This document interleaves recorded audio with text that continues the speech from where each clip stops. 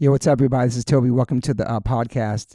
If you're a new listener, welcome. I'm going to give a big shout out to my day ones for the past 6 years, my subscribers, my listeners. I appreciate people who talk about this podcast, who share this podcast, who support this podcast, who write reviews for this podcast. Really appreciate all your support. I've been doing this for 6 years. I've been giving it away for free. So many people ask me why I don't film it, why I don't monetize on YouTube, why don't I charge people for it on Patreon? And their answer is because I don't want to. I love these conversations in my kitchen. I love the honesty. I love that people want to come back for 2 or 3 episodes, the reoccurring guests that I have all the time. I love it. No lights, no cameras. I myself do not like going on podcasts that are being filmed and have lights. I've done it a couple times. I'll probably never do it again. I don't feel like myself in those situations. So I want all my guests to be as comfortable as possible. I do have sponsors. The sponsors keep my shit going. They keep it alive. But I will never interrupt a conversation with an ad in the middle of it. People do that all the time, and I will never interrupt the flow of a conversation. So don't worry about that. But I do have amazing sponsors who I align myself with, who the products that I use on a daily basis. I've turned down so much money for sponsors that want to be part of this podcast with companies I've never tried or didn't align with. I'm very picky about who I have on my sponsors and have on this podcast. That being said, check out the sponsors. Joe, cue up the music. Since 1987, Rockabilia has been around doing officially licensed merch. No bootlegs from all the artists that I freaking love, from pop to hip hop to rock to hardcore to punk. Over 500,000 items on this website, independently owned, operated in the USA. Custom limited collabs drop every month exclusively on this website from visual artists and tattoo artists. We have so many bands that I love and artists that I love, from Gaga to Blink, Katy Perry, Bad Brains, Beastie Boys, De La, Tribe Called Quest, 50 Cent, Billy, Deftones, Dead Kennedys, DMX, Dr. Dre, Eric B. and Rakim, Goo Goo Dolls, Hall & Oates, Wu-Tang, U2, Snoop, TSO, and Paramore. Those is to name a few of all my favorite bands that are on this website. I've owned t-shirts from all those artists throughout my life. Now I know to go here only. All officially licensed merchandise. Check out Rockabilia Instagram. Also go to rockabilia.com and use my code OLLC10 and get 10% off. That's rockabilia.com. Use my code OLLC10 and get 10% off your purchases. Thank you to Rockabilia for being our new sponsor. Welcome to OLLC fam. As we get older, we start paying attention to what we put in our bodies. I personally have been listening to my body since I was 18 when I went vegan. I've always been focused on my health. It's super important, mental and physical health. But it's really important for people who are just starting to get more healthy and trying to step up their life. Doing your homework, reading the labels, researching and verifying everything that's quality. It's part of the game these days. That's why I started drinking AG1s. I'm so proud to have them as a sponsor of my podcast. AG1 is a foundational nutrition supplement that delivers daily nutrients and gut support and is backed by multiple research studies so you can trust what you're putting into your body. We're all so busy these days, so just store a pack of AG1 in the morning into a cup of water and shake it up and drink it. I love the way it tastes. I do it every single morning. It's part of my routine. I bring the packets on tour. It's an incredible life changer for me. Many supplements only reference research from ingredients in their product, but I trust AG1 in my daily routine because it's constantly putting the formula to the test. It's backed by multiple research studies. In one of those research studies, AG1 was shown to have double the amount of healthy bacteria in the gut, which is super important because these help digestion in the immune system and the immune health. And these bacteria are known to help with digestion as well, gas and bloating, which I freaking need. And it also promotes regular bowel movements, what I can attest to. In another research study, 97% participants felt more energy after 30 days and 91% of the participants noticed that they needed less coffee after 60 days. I quit coffee like 5 months ago. I know I'm good on that. But AG1 is packed with a variety of nutrient-dense ingredients and is the perfect complement to my healthy diet. I drink it because I know it's going to work and it gives me a peace of mind covering all my nutrition bases for the day. In fact, I trust it so much, that's why I'm spreading the word about it. That's why it sponsors my podcast. Thanks to Angie Huberman for turning me on to AG1s, connecting me with them, and now they're part of my podcast. It's so easy and satisfying to start your day with AG1s. Try AG1 and get a free 1-year supply of the vitamin D3K2 and 5 free AG1 travel packs with your purchase at drinkag1.com/OLLC. That's drinkag1.com/OLLC. It's never been a better time to focus on your health and wellness and get back on track, man. Take control of your daily health. Health is wealth. Check. 1, 2, 1, 2, yeah, check. You're fucking professional, man. I mean, there's a lot of singers that don't really talk on the microphone. It's so frustrating. Right. Did like sitting way back in the cut. Yeah. Yeah. I'm like really bad at the banter of the microphone though. That's to be honest. What do you mean, like on stage and stuff? Yeah. I can't do it. I'm pretty bad at it. But you know what? Actually, of recent, I started doing out of the pandemic, I started doing a podcast. Not a podcast. I'm sorry. Excuse me. Twitch stream because you're streaming on Twitch. Wow. Very rarely. It's not something I don't keep VODs or anything like that. It's kind of a random thing. But I kind of found like my voice. Yeah. Like getting up close and being okay to hear your voice. Yeah. And I'm like, oh, I kind of like this. I sound like I'm on the radio or something. But your voice is way more deeper than the way you're saying it, so it's interesting. Yeah, I know. I get that a lot. People are like, "What?" It's like a little lady inside my body. No, I know, dude. I love it. I'm like, we're gonna start, but I'm like a brand new fan. It's crazy because I've been hitting all my friends about you coming to the pod and about your band. Like, listen to this, listen to that, and listen. So many Haley from Paramore. All these people I've been texting about you, and I was like, fuck. I just now the new record is just okay. We're talking about anyway. All right, so all right. Let me do my intro. Welcome to the One Life One Chance podcast. I'm your host, Toby Morse. Today I have a very, very, very special guest, Mr. Claudio Sanchez. Thank you for being here, man. Thank you for having me, Toby. I probably haven't seen you since like 2004 or something. Yep. The Warped Tour with Hazen Street. Right. It's crazy, man. Did we play any shows with H2O at all with you guys? Not really, probably. No. Just really then. Yeah. So, I mean, you're from New York, obviously. And obviously, all New York people kind of know each other in a sense through that scene. But, we never really crossed paths until the Warped Tour. Yeah, man. Yeah. So thanks for being here. Oh, thanks for having me. I think a big part of that is like, when I was coming up in music, instead of going to the city, because I'm originally from upstate New York, like Nyack area. Is that Suffern? Yeah, actually, I was born in Suffern. Yeah. So yeah. like, so it's like a commuter town, But instead of going to the city to play shows, I went up to Woodstock, New York. Damn, where the Bad Brains are at. Yep. I got a story about how the first time I met Doc. Was he working at one of those stores up there, a health food store, or something? Well, at the time, funny, he played on our first record. Yes, the first song on our record. But before that, when the band wasn't Coheed Cambria, I used to go up there. I used to go up to Woodstock to play shows all the time, right?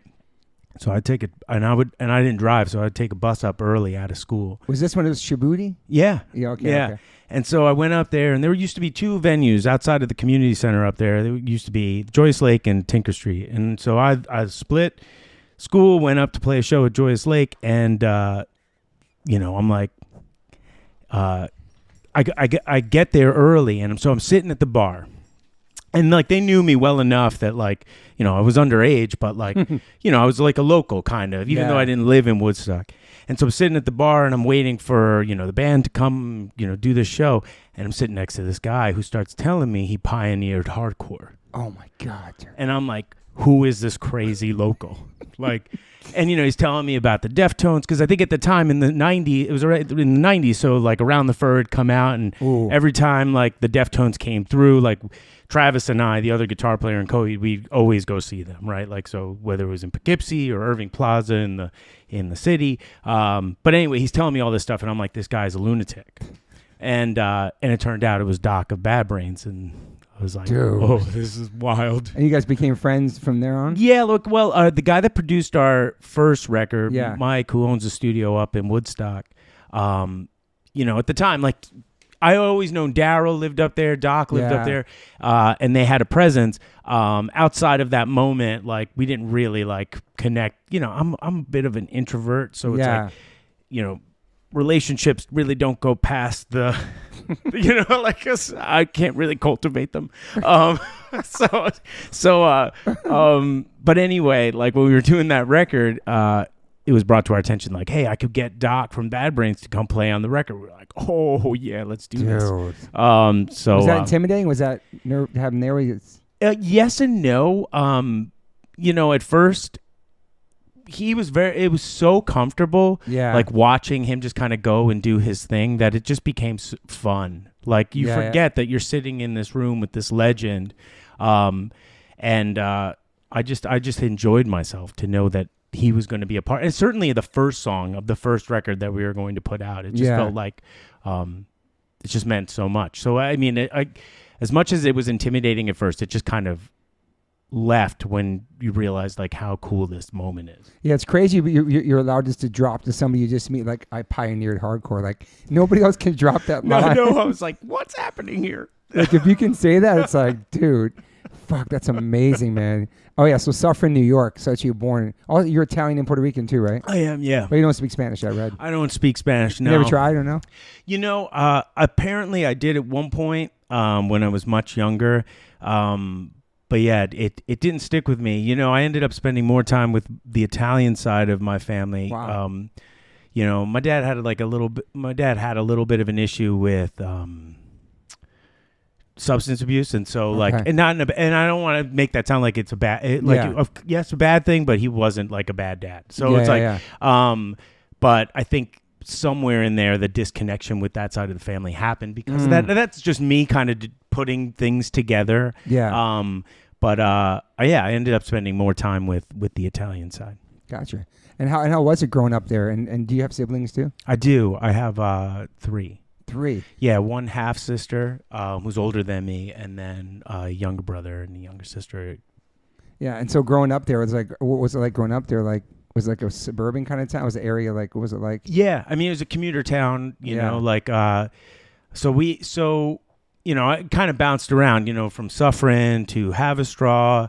Haverstraw was like primarily like at that time, I felt like a little bit more Latin community oriented, and then like, you know, my grandmother passed away, and you know, my grandfather offered the opportunity to live in his spot in Valley Cottage, which is a neighboring town to Nyack, and so that's where we went. You know, just like, I guess, better school system, that sort of situation, and that's kind of where like the Amory idea that kind of follows Coheed kind of started from there. Know? Yeah, because the road I grew up on was Amory Drive, and awesome, all the characters are like loosely based on real people and events. Or yeah, it's crazy how that's. I mean, we'll get into it. This is crazy how the Amory whole theme just is everything with the books and just every single album.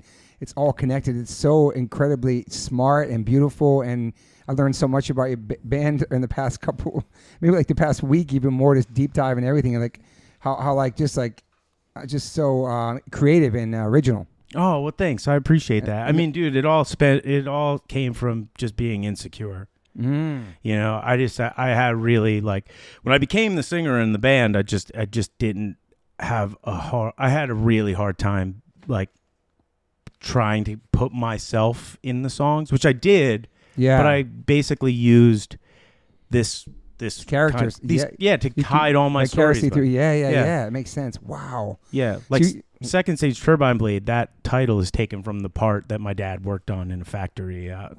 Yeah, he worked on the second stage. He was a heat treat specialist, and he worked on the Second Stage Turbine Blade. And so you pretty much like a shy kid growing up. Yeah.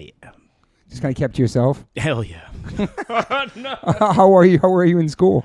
No, you know, I mean, academically, you're probably great. No, really? Hell no. Did you read a lot though? You like history or whatever? No, man. I was a rock guy. I became like, so I think, you know, for me, I didn't. But your lyrics are so smart and poetic, and the way you write and stuff, it's like that came later, I guess. I don't know, man. That's really nice of you to say. I don't know. I was writing lyrics this morning. I'm like, these are horrible. But I mean, what was like your first exposure to music then? Was it music played in your house? Like, what was it? Yeah, my dad listened to a lot of music. You know, and it's funny, my parents were very opposites, like polar opposites. So my dad was like into rock music, blues, jazz, Latin music, and then my mother was like more like pop and Motown. Nice. It's a great mix, dude. Yeah, so I listened to everything, and you know, for me, it's like that's I was a fan of music, and then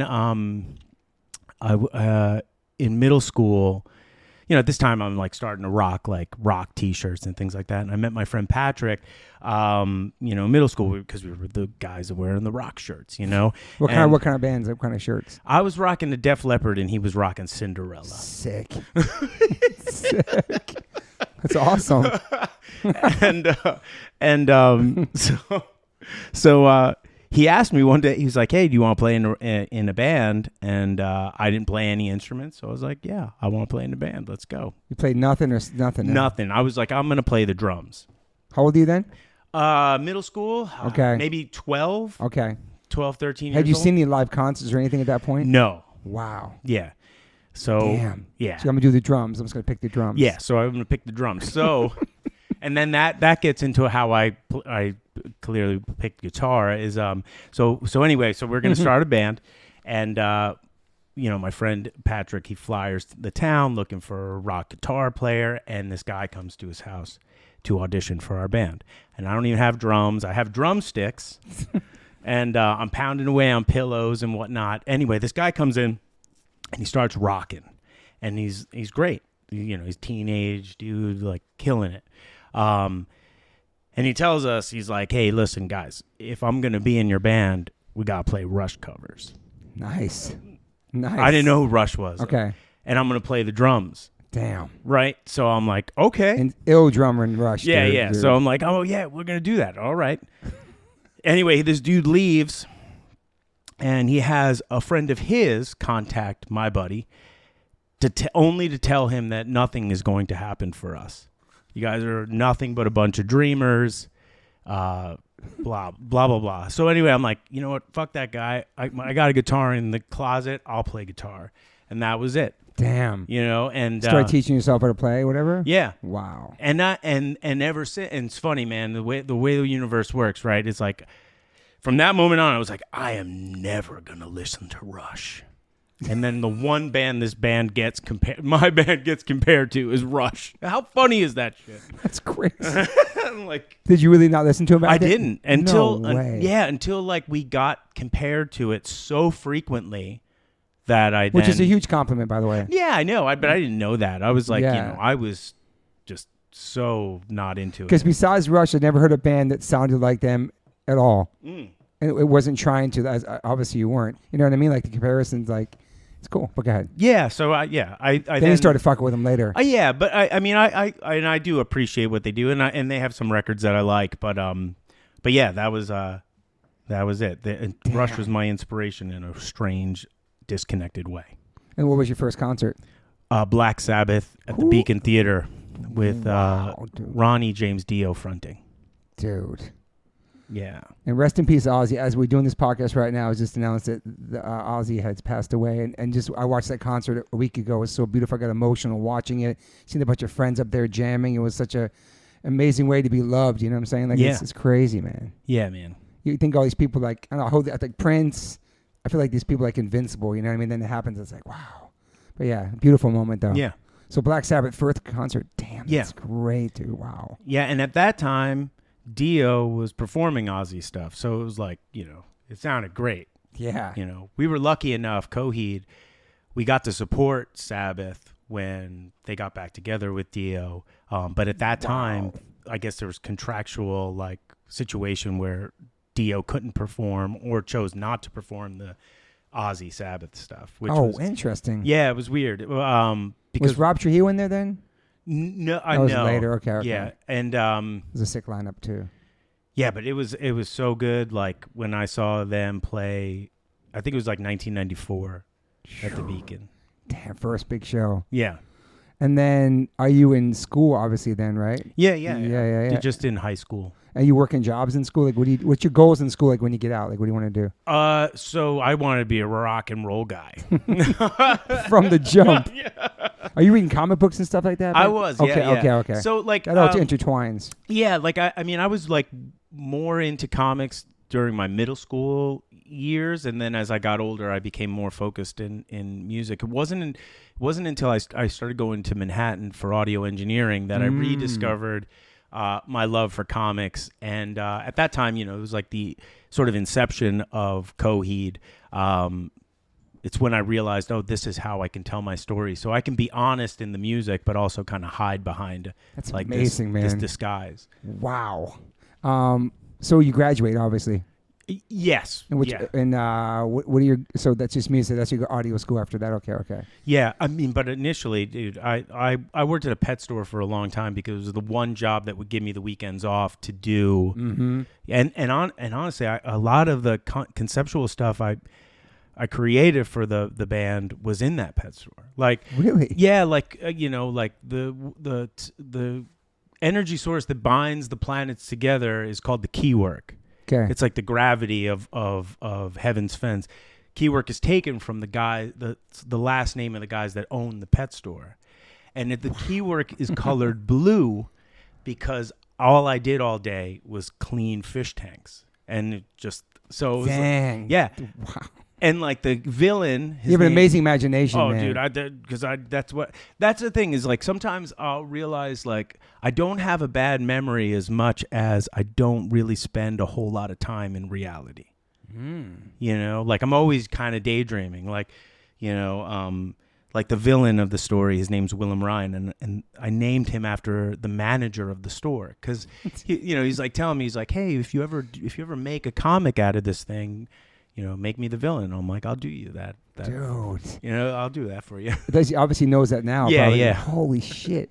So you're just working, and then also now you're going to college to be doing the sound engineering stuff? Yeah, it was like a 9-month program in Manhattan called the Institute Audio Research. Were you playing in music at that point too? Because I think the first band was Toxic Parents. Is that true? That was a band during middle school, high school. It's a cool name. And that's back when I was just a guitar player. Okay. You know, but yeah, it was a cool name though. Yeah, it was taken from a self-help book about parents that were like, which is hilarious, dude, because like all of our parents like kind of had either a chemical dependency or whatever have you. So when we brought that up, like, hey, you know, we're gonna name our band Toxic Parents, they weren't too thrilled with that. Thanks for the inspiration. Yeah. Holy shit. So that was just like that didn't last that long. That was just like it was just a middle school, high school band, you know. And then Beautiful Loser was after that? Yeah, Beautiful Loser was sort of the beginning of Shibuti. Okay. So Shibuti's so interesting. I guess it means like naked prey or something. That's what it comes. Right. So yes, it was taken. The initial idea was taken from a word in the movie A Naked Prey, but I had named it after a friend of mine who then they gave that name to. Okay. And he went off to like a cult in Arizona. So really? Yeah, that was like what his name was as he was like performing in the youth center of this show. And when he left, I was like, you know, I'm going to kind of tribute that dude. And damn, I wonder where he is now. I don't know. He went and joined a cult? Yeah. Wow. What kind of cult do you know? I don't remember. That's crazy. That's crazy. Yeah. So did you play shows with Shibuti? You played some shows around? We played a lot of shows. That's actually actually 95, I think. Yeah, that's when I met Doc around that time.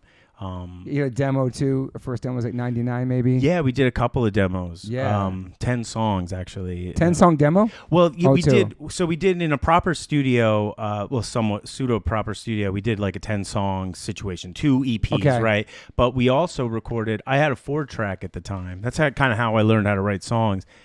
We recorded like over like 40 songs on that. Shit. Yeah, and I still have all those tapes. They're like, you know, wow, kind of garbage situations, but like, you know, we really tried to make records in, you know, in a strange, broken way.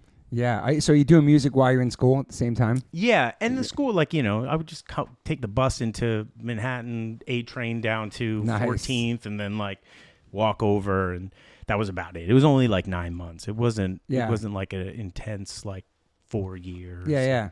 You going to shows too, like punk shows? You get into hardcore and stuff like that too at all? Yeah. We used to go, you know, like I say, and we would go see the Deftones every time they came around.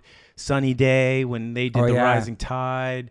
I mean, you know, I'd go to like, I went to a lot of shows as just a kid, like, you know, like Pink Floyd at Giant Stadium on the Division Bell tour.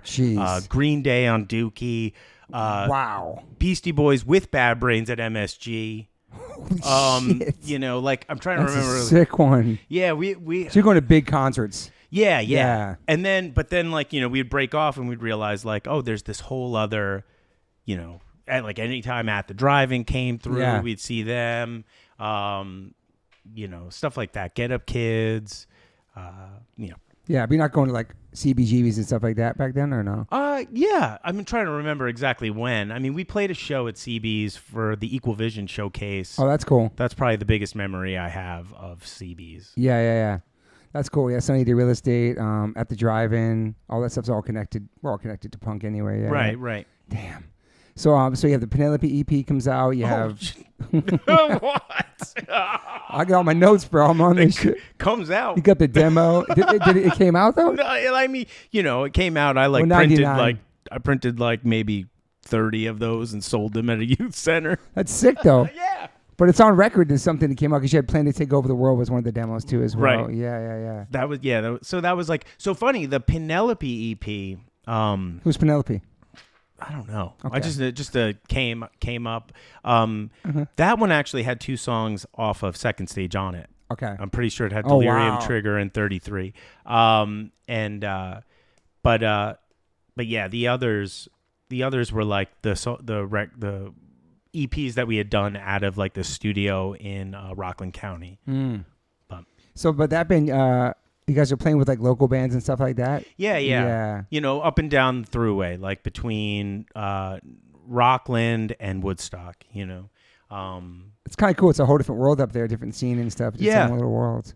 Yeah, but somehow like the 2 scenes connected, like guys that were playing up there were playing with dudes down in Nyack and I just, for some reason, like, I think maybe it's just the idea of Woodstock, the original festival. I went to Woodstock 94, actually. You did? Yeah. The crazy one, the documentaries about? Not the 99 one where the fires happened. But 94 was sick, too, though. Yeah, that was like the Pepsi one where you had to buy, like, Pepsi money to, like, fucking drink water. It was like, it was crazy. But that's when Limp Bizkit played.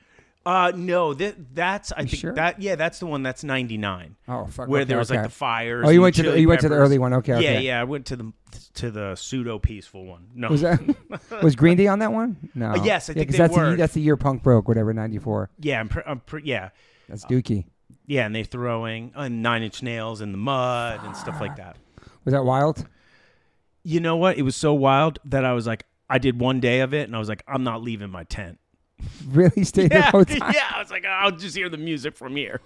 Yeah, because you weren't really a social person either. So I was like, that. This is stupid. No, I'm just kidding. I actually, I went to a lot of festivals. That's another thing I keep forgetting. Big festivals. Yeah, I mean, at that time, like Lollapalooza in 93, 94, like Rage opens. Best, damn. Alice in Chains on the other one, and the one with Smashing Pumpkins. Were you into the grunge kind of stuff too? Yeah. Me too, yeah, dude. I think I appreciate it more as I get older too. Back then I was kind of too punk for it, but then look back and I'm like, wow, these incredible bands, you know? Yeah. Damn, the grunge time was crazy. Yeah, you should, like, dude, when Alice in Chains played at that one, like, I wasn't really much of a mosher. Okay. But when they played, for some reason I had this like uncontrollable urge to like. You in the pit? I made my own pit. No one got in that pit. It was just me, myself, and I just bugging out while my friend is sitting there watching me like, what the fuck? I love that. Just have your own fucking little party. I love that. Yeah, everyone around you're like, yeah, dude, go over there where it's happening. Jeez. So I'll say we're still in the Shibuti, but also you had another thing. Delirium Trigger was another thing that came out, right? Yeah. Yeah. And then Coheed starts from that, basically, right? From Shibuti to Coheed. Yeah. Which Coheed Cambria is a married couple from the Omri Wars, correct? Yep. Yeah. And Coheed Kilgannon and Cambria Kilgannon are the parents of the hero, which is you, Claudio Kilgannon. Yeah, it's amazing, too. It's crazy, bro. All that shit's all connected like that. And you created all that. Yeah. Fuck, dude. It's so deep. Unless you really know, it's like some cult shit, dude. It's really some cult. Because you guys have a cult following, for sure. So you have to know all this shit. Probably all your fans, you have over like 37 books out. So like all your fans read all your books. It's all themed on the records. Like these are some of the longest album record titles I've ever read in my life. And they're all connected in some way. It's like so beautiful. It's crazy, man. And the first one was 2002. 2002, yeah. And that's on Equal Vision. Yeah. Shout out to Steve Reddy. That's crazy, dude. Okay, so, but were you originally going to sign, was that the first thing you signed to was Equal Vision? Yeah. Okay. Upstate, same thing. Yep. Yeah. So the second stage came out there. That was the first record. And at that point, when that record comes out, do you have a fan base at all? Or is it kind of all brand new for you? Like, it is pretty brand new. We started touring. We were in a van. Nice. We had like a 2-song sampler to like kind of put out there. Those were the shits back then. Yeah. Yeah. And it, and we started to see like interest, mm-hmm. We saw a fan base growing. There were moments where we would open these shows and like the rooms would be kind of packed, and we'd be like, oh, wow, this is great. Tonight's going to be awesome. And then, like, we would be done, and then it would be we wouldn't realize it. We'd be in the dressing room. We'd come out to go watch the show of whoever we were opening with, and there'd be like 5 people there. And we'd be like, oh. And we'd realize we were like, wow, oh, something's happening. Holy shit. Because it's almost like your own sound, genre, style. I hear punk. There's all kinds of influences in there. You know what I mean? Yeah. I mean, I loved music, man. I loved music. There's a lot of influences in there. Yeah. I it's funny when we were talking about... So back, it's weird, right? In Woodstock, back when Shibuya was happening, yeah, there was a real big punk scene happening in Woodstock, and there were like these underground zines that they'd put together, and we'd get lumped into them, but whoever would write about us would always sort of, they didn't like us because we kind of stuck out like a sore thumb, which is punk to me. Oh, that's right, punk rock to me. Yeah, man. I mean, I was. Do you know what I'm saying? You can't label everything. You know what I'm saying? Right. Like I don't know.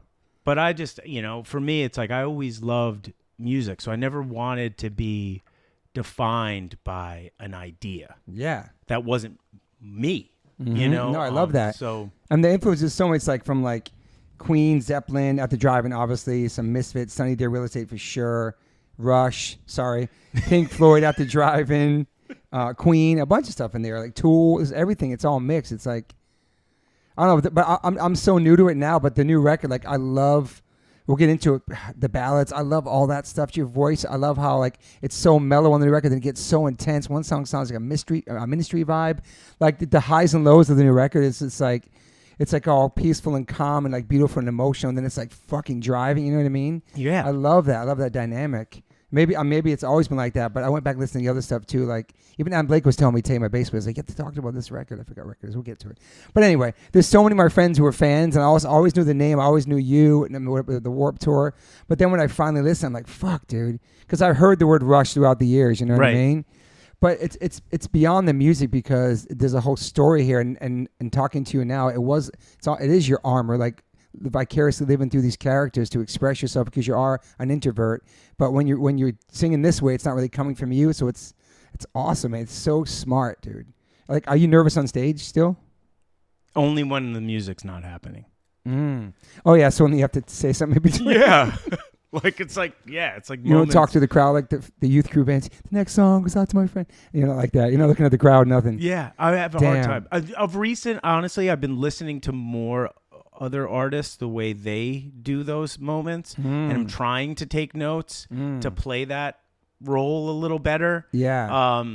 And also only taken me like 25, 30 years. And you can't force it either. Yeah, I know. And maybe people like that you don't do that. Maybe they just like to come to the show and you're not really saying much. Let the music speak for itself. Right. Do you just say thank you or stuff like that in between? Yeah. Thank you. You're not telling jokes or nothing? No. Dude, that's so crazy. That's a long time in the band. What was your last real job you had? I think it was the pet store. Damn. Yeah. Pet store. I was interning at a studio in the city called Mother West. Okay. Right before the first record came out. Damn. It's pretty amazing. Yeah. So it's just been music straight. Yeah. It's beautiful, man. That's a beautiful thing, man. All right, so the first record comes out.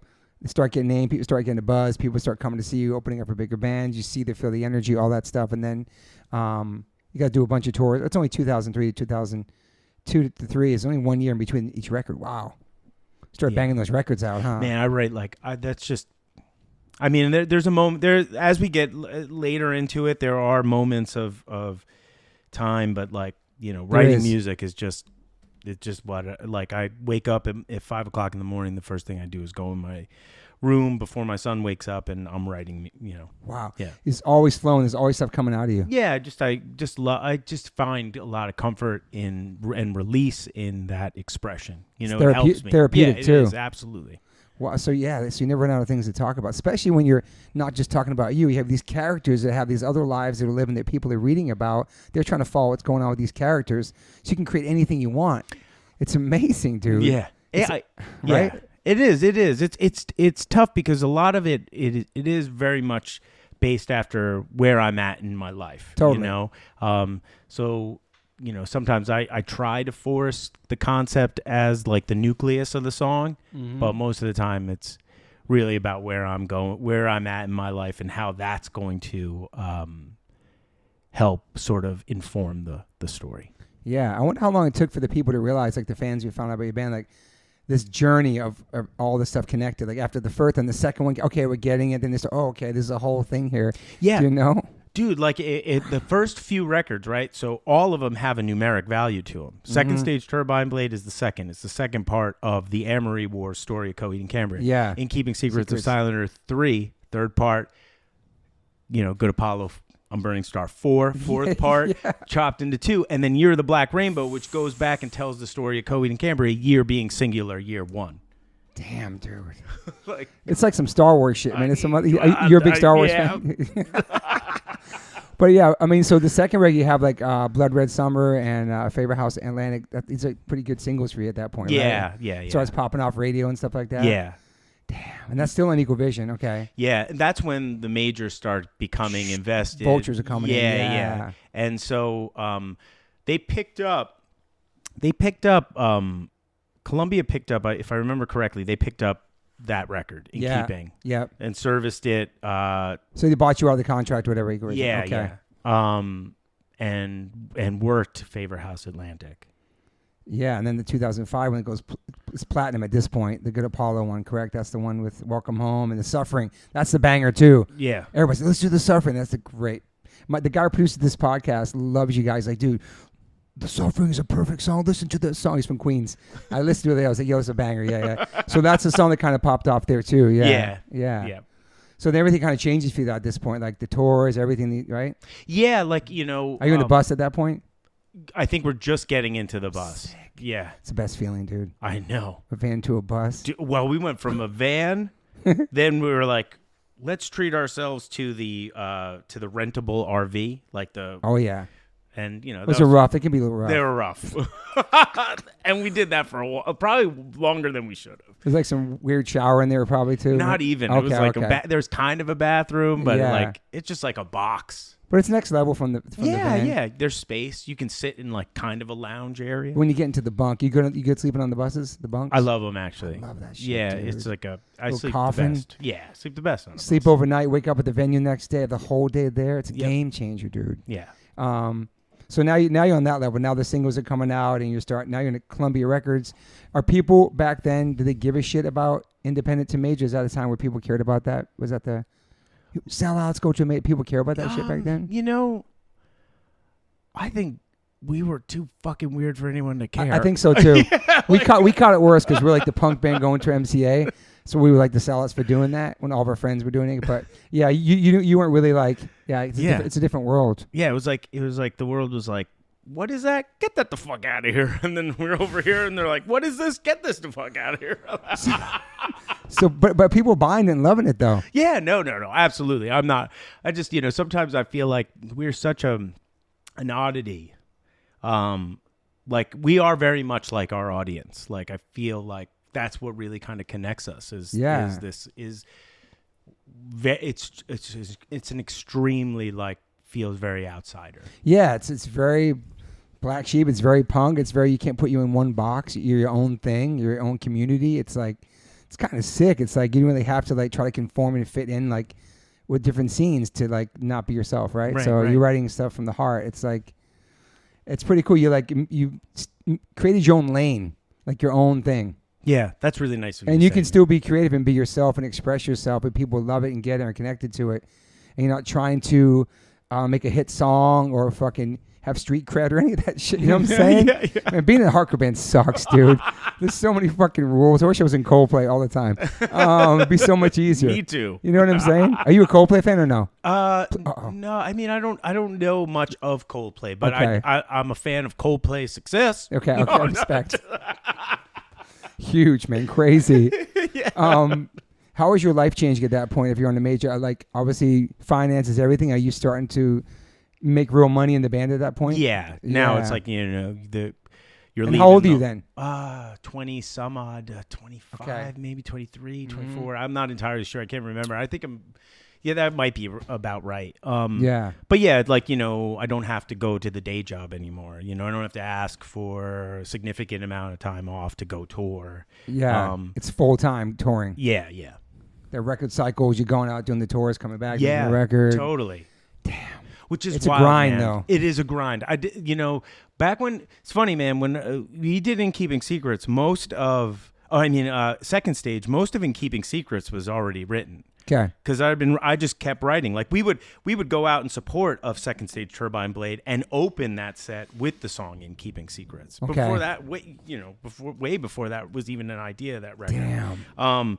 So seems you're always one album ahead. You with yeah, writing. I mean, but then then that idea of like, the cycle of put a record out, touring, put a record out, like I start to fall into that, and I didn't love it because it's almost like a job, right? Yeah. Like right now I'm writing, and I'm just writing to write, and I got like about a bunch, like almost 15 tunes, like just writing, and I'm like, and I remember that feeling as a kid, just not on the schedule, just creating on your own time, your own schedule, just for the love of zero pressure. Yeah. And that to me is like, I think is important. And, not that I lost it that whole time, but there were moments where it felt like this is now becoming a formula. Yeah. Did you feel pressure because of the success of The Suffering in that record for the next album, or no, it's a big...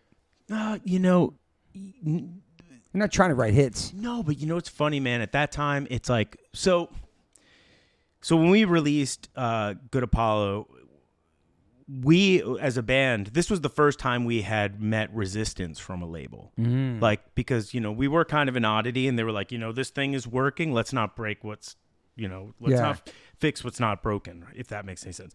And so, but so when we made that record, we had this idea that Welcome Home was going to be the single. Okay. Like, that's the song that the band wanted, and the label felt The Suffering was the right one, because The Suffering kind of falls in the department of Favor House Atlantic, right? Yeah.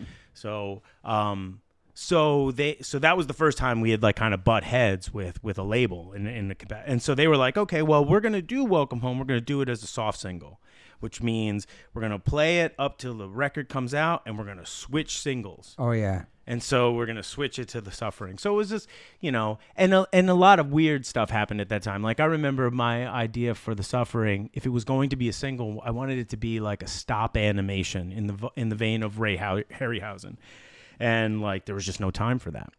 And so it was like, okay, well, we're gonna have to do it this way. So we made the video that came out, which was kind of a little like tongue in cheek and leaned really heavily on the weird conceptual form of Coheed Cambria. And that was fine, and we did all that. You felt like you were losing your freedom and creativity kind of with Major? Like, I mean, Zico Vision, you probably do whatever you want. Yeah. And it felt that way with Columbia as well. I mean, Matt Pinfield was our A&R. What? Yeah. So it was Shout out to Matt. He was super cool, and like it wasn't until like marketing got involved that then they had their idea of what this band was. Yeah. And that's fine. We needed that help, but that was sort of like the beginning of like the weird sort of situation of like chemical dependency with the band. Because come the next record, the band is dismembered. Okay. So I don't know if you know the story. Who was everybody was partying, or? Yeah. Yes. Including you too. You were partying a little bit. No. See, because my dad had his issue. Yeah. Like, I always said that was like I was never gonna do any of that. Like, I got scared straight. Yeah. I mean, So yeah. So for me, it was like, the ceiling was like hallucinogenics. Okay. I can see you doing that. Yeah. I did that before anything. Okay. Well, that's why there's a 2-year gap between those records too. What's that? Because of the... No, because everybody kind of dismantling. Yeah. Right. Dude, yeah. So yeah, we lost Josh at first, and then Mike, the bass player and drummer. That's why we made No World with Nick Ress. We made it with Taylor Hawkins on drums. Yeah. I said that. That's crazy. And then, as we were touring on that material, Mike got arrested for robbing a Walgreens. Whoa! We were out on tour with Soundgarden. That just happened. That happened a couple years ago to the homeboy from Quicksand.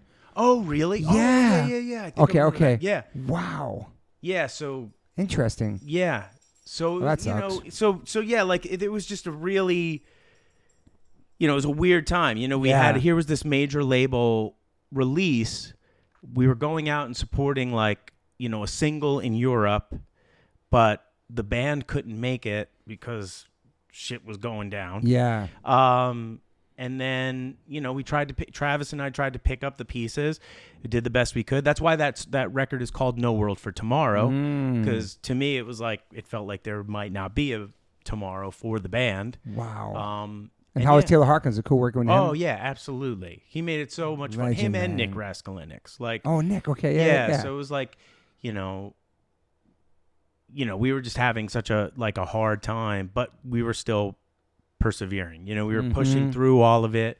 And yeah, we did the best we could. And but at that time, all the labels infrastructure is falling apart. Yeah. The new people are moving into different positions. I mean, at one point we were going to consider doing the record with Tony Visconti, and then we met with Rick Rubin out in Malibu, and Rick Rubin's like, I don't think you should do it with Tony Visconti. I think you need to do it with this person. And we're like, oh, whatever. You have the coolest fireplace I've ever seen. I don't know. That's crazy. Me and Rick Rubin, that's crazy. Yeah, it was wild. Wow. Yeah, because there's a crazy gap after that, too. It's like 3 years probably for the next one. The Year of the Black Rainbow.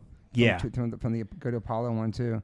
Did that record do just as good as how'd that record do comparative? Like Year of the Black Rainbow? No, the Go to Apollo one after the Go to Apollo. Oh, No World for Tomorrow? Yeah. I think it did well. Yeah. I mean, the label was happy and stuff. I mean, who knows? There wasn't a whole lot. Yeah, there wasn't a whole lot of.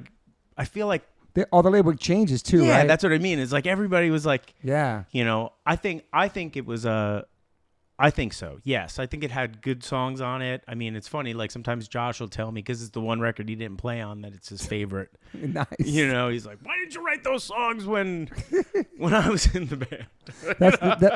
For the listeners, that is the one thing about independent to majors. The main thing, it's forget about the money and all that stuff, but you're on Equal Vision. You could text Steve Reddy if you want. You could talk to somebody directly. I could text Brett Gurwitz on Epitaph. Then when you get to a major label, by the time your record even comes out, that same A&R guy that signed you could be fired, a different marketing person. Yeah. So it's all like kind of strangers when the shit finally comes out. Right. Which is weird. It's like, who's in your corner? Who gets it? Totally. And then it's like, that's a weird thing about major labels. Besides like all the great getting this up to the stores and all that stuff. That's great. And the exposure, I guess. But you felt the big difference from indie to major, obviously? Oh, of course. Yeah. It really worked for you guys. Yeah. I mean, we were lucky when we first signed with Matt. We knew everybody there. That's and it was cool. very friendly. And we still have relationships with awesome. that first faction of the label. So, but yeah, things happen and, I don't know. Like I just sometimes I like to think of us as, and this is probably the worst thing to say, but I think of us as like almost like the cockroach of rock and roll. We figure it out. We're always here. Yeah. Like, despite like the destruction that's happening, like we're still like here. But that's the thing about being a musician and being a creative and being in a band, because all that shit don't matter, like the labels and the radio play and all that stuff. When you start a band, you start because you love it and you want to express yourself, and this is what you do. You have your brothers you make this music with. All that shit sucks. That's the worst part about being in a band is the music business part. I've always hated that. Yeah. So when it comes down to it, you guys are writing songs and you have your fans who connect with it. That's all that fucking matters. And somehow, some way, they'll find your music regardless what label it's on if they love your band. Right. Especially now with like digital and YouTube, totally. And it's such a different world, man. Yeah. But you guys are you're a longevity career band. It's awesome, man. Yeah. A lot of bands don't have that. Yeah. We're very fortunate. Put a lot of records out too. So we're only in 2010. So the Year of the Black Rainbow comes out. That does good too, probably. Was that the same label too? That was still Columbia. Yeah. Fuck, that's a long. So how many records for Columbia? Well, 3.5, I guess, if you consider them picking up In Keeping Secrets. That's pretty short. That's not bad. You used like 8 or 10 records back in the day. Yeah. Sign your life away to a major. I know, totally. It's like, yeah. How'd you get off that? Like, what label was after that? I think, so we did after. Well, I gotta think. It was about the Afterman. Well, Year of the Black Rainbow. Funny, like that record. 2010. That record's a little weird. Okay. Because it gets a little different. Like, In what sense? I'm starting to fool around with synthesizers more. I mean, I always kind of messed with them, but like now I'm like, full in. And so we worked with Atticus Ross of 9 Inch Nails on that, and Joe Barresi. Like, they partnered up and made that record. And that was a real, I don't know, that to me was like my favorite production. You know, I was reminded of the idea of chance music, you know, letting the happy accidents kind of, love that, you know, become like the sort of catalyst to song. You know, I'm just fooling around a little bit more. And I think that record, in terms of like the Coheed, I think it's starting to have its, you know, its supporters. Yeah. But at the time it was like a real, like, what the fuck is this? Yeah. What were you listening to at the time? Like, what were you listening to around? I was listening to, that's a good question. I have no idea.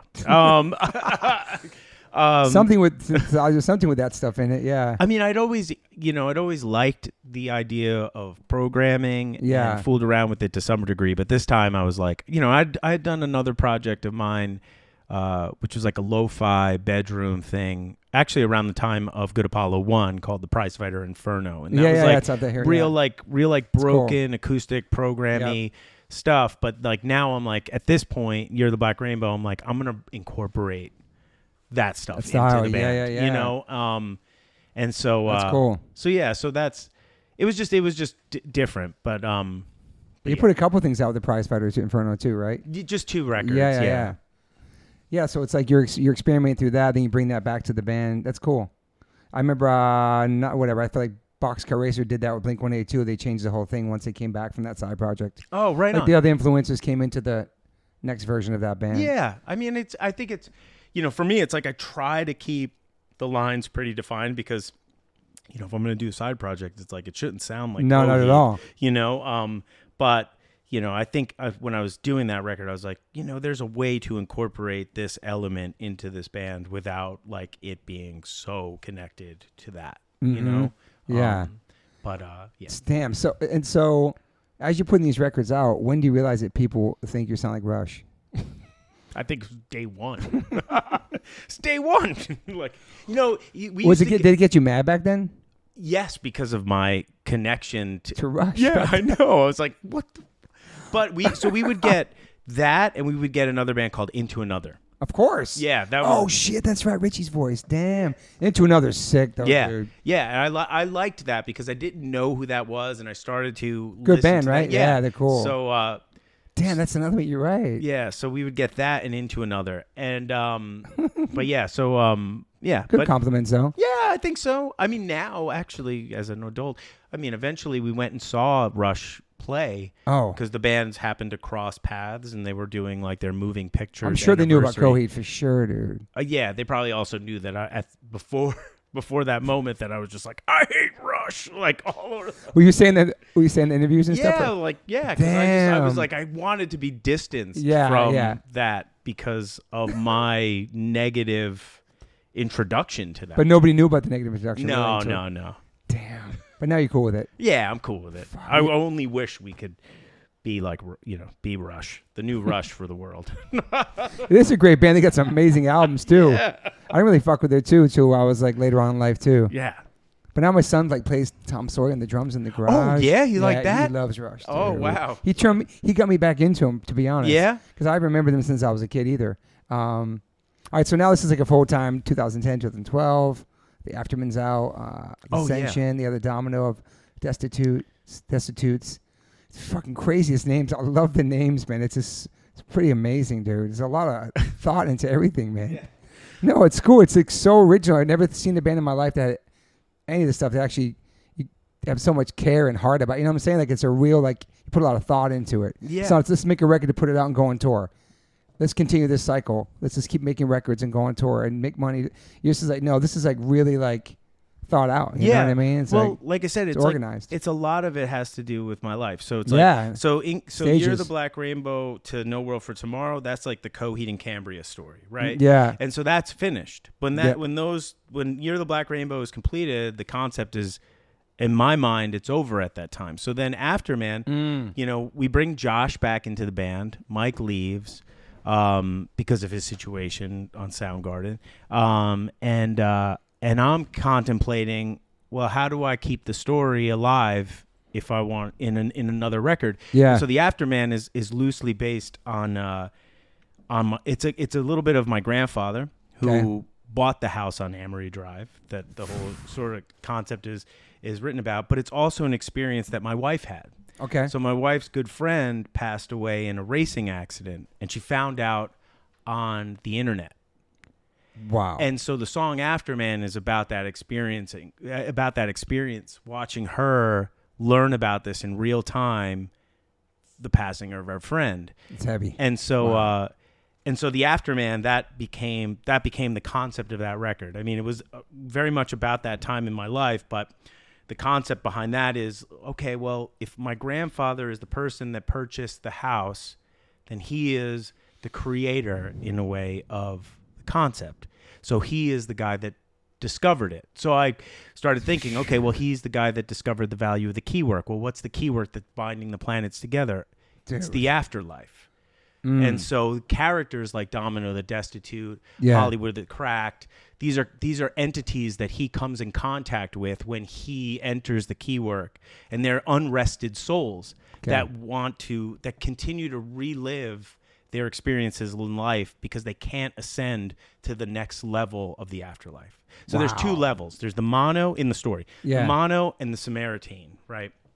And all entities want to enter that nirvana, but they can't because they have to let go of this thing that they're reliving, infinitely.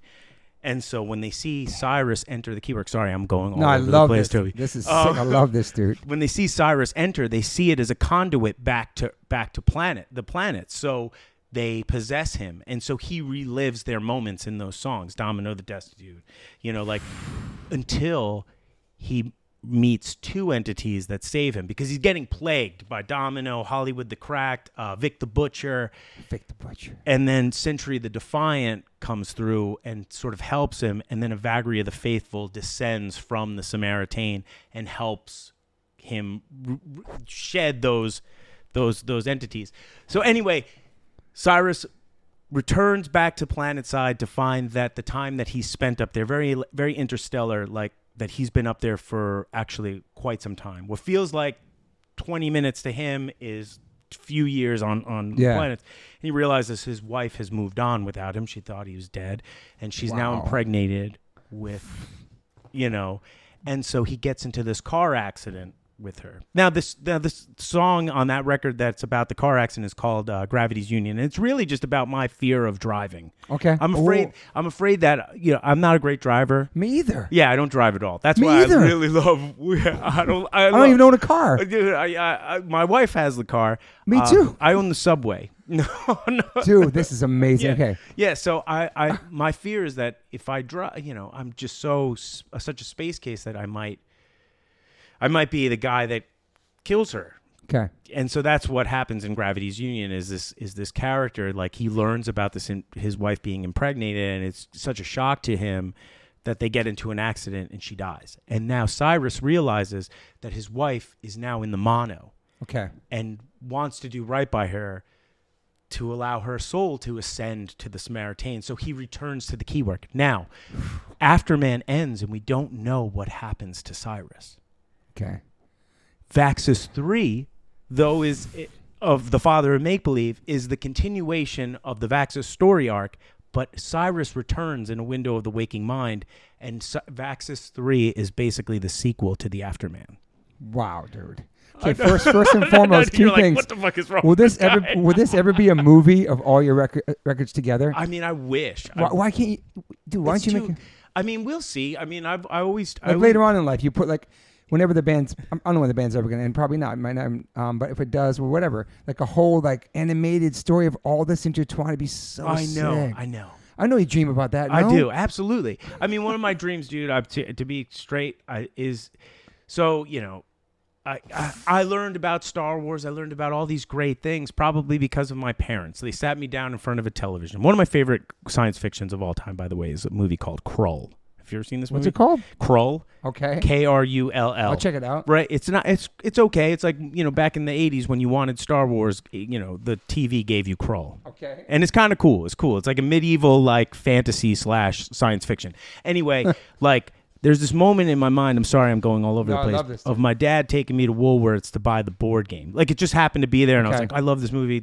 So my dream is like that my dad will be alive to see this play out, and my mother, will be alive to see a movie. And how old are your parents now? They're in their 70s. Yeah. Are they still together? Yes. That's sick. Despite dude. like my dad's situations and that's incredible. That's the other thing, dude. Like the dragonfly is a syringe. Right. Okay. So in the story of Second Stage, again, the record that I based the title after the part that my dad worked on, the character of Coheed gets injected with a serum from a dragonfly, turns him into a monster, and the character of the White Ruineer, the wife, Cambria, tries to stop him. She becomes this like shield that like shields the world from the devastation that he's about to bring upon it. Okay. You could see where I'm going with this. Yeah. You know what I mean? Yeah. So it's all very much an elaborate You have an incredible mind. play on everything that I've experienced. And your wife co-writes some stuff with you She too. does, yeah. She has a couple of books with you. Let's go back to your fear of driving. So you don't really drive? I don't.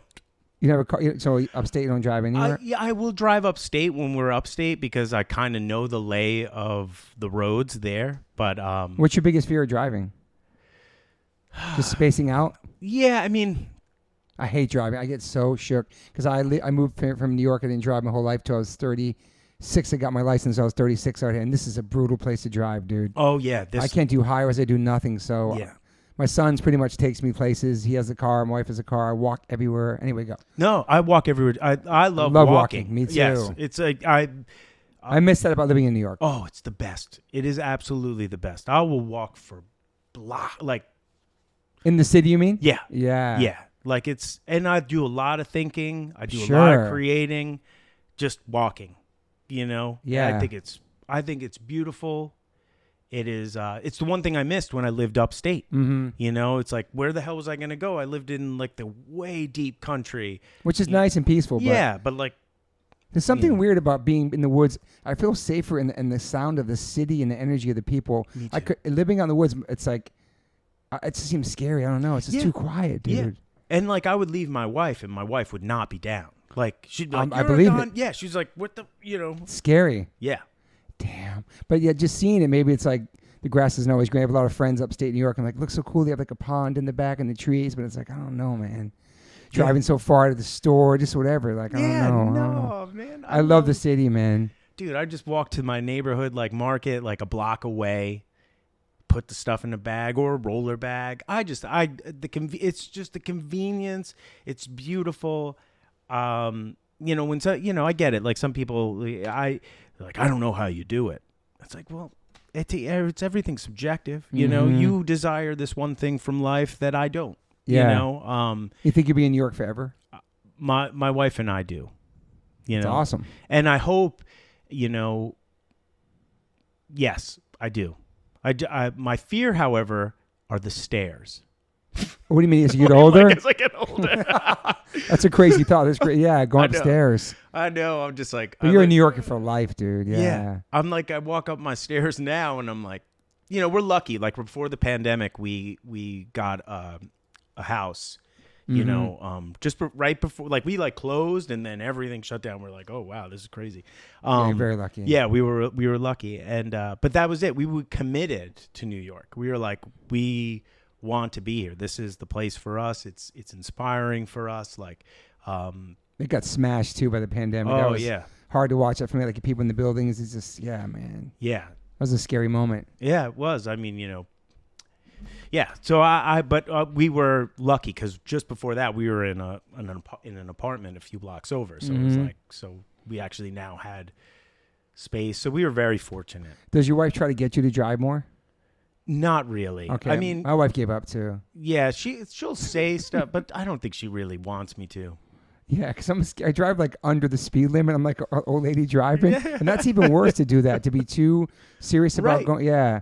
My wife, yeah, it's not good, man. But sometimes, like, that's the thing is I get, like, too comfortable and, like, out of my mind. I've got this friend of mine one time, he caught me driving, and I'm like, the seat's back, and, you know, like who the hell was I? Like, you know, like, just out of my mind, like, just became too comfortable, and I didn't even know it, you know, and he's, like, laughing at me, like, just pulled up next to me, like, what the? You're all laid back cruising? Yeah. So the Vax is the one, Active One that came out 2018. So that was Heavenly Creatures was a big single too for you guys, 2018. Yeah, but before that is was the Color Before the Sun. Right. Yeah, and that's the record. So many. Yeah, that's the record. What, Game Changer? It had no concept. So that's the record. Why? You just do a random in there like that? Didn't go with the story? Because that's when my son was going to get born.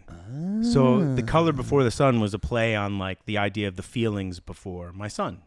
Which is an amazing, insane, emotional feeling, bro. Yeah, becoming I know. a dad, dude. Yeah, because I was like, I'm never going to do this experience. You know, it'll never be the first time again. Yeah. You know? And were you nervous about having a kid? Yes. Yeah. Yeah. Same. Absolutely. It's crazy. But it's so beautiful once it happens. Yeah. I would still look at him and I'm like, what did I do? No.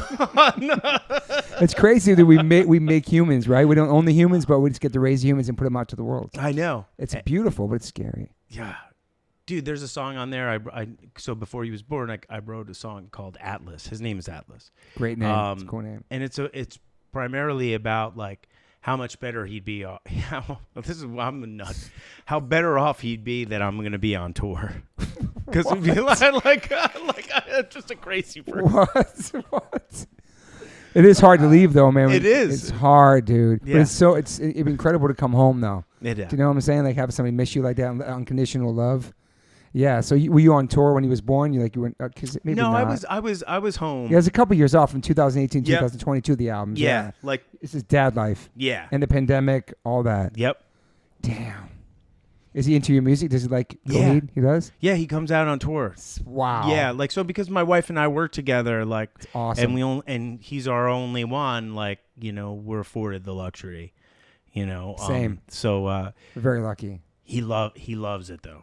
He does. Really? Does he turn you on to different types of music as well? Like stuff he's into? Well, right now he's really into 90s alternative. Like, so Sick. He does, like, School of Rock and things like that. So he's, like, reminding me of, like, Weezer. Like, we just went and saw Deftones and Weezer at the Crystal Palace in the UK. So we went early. That's cool.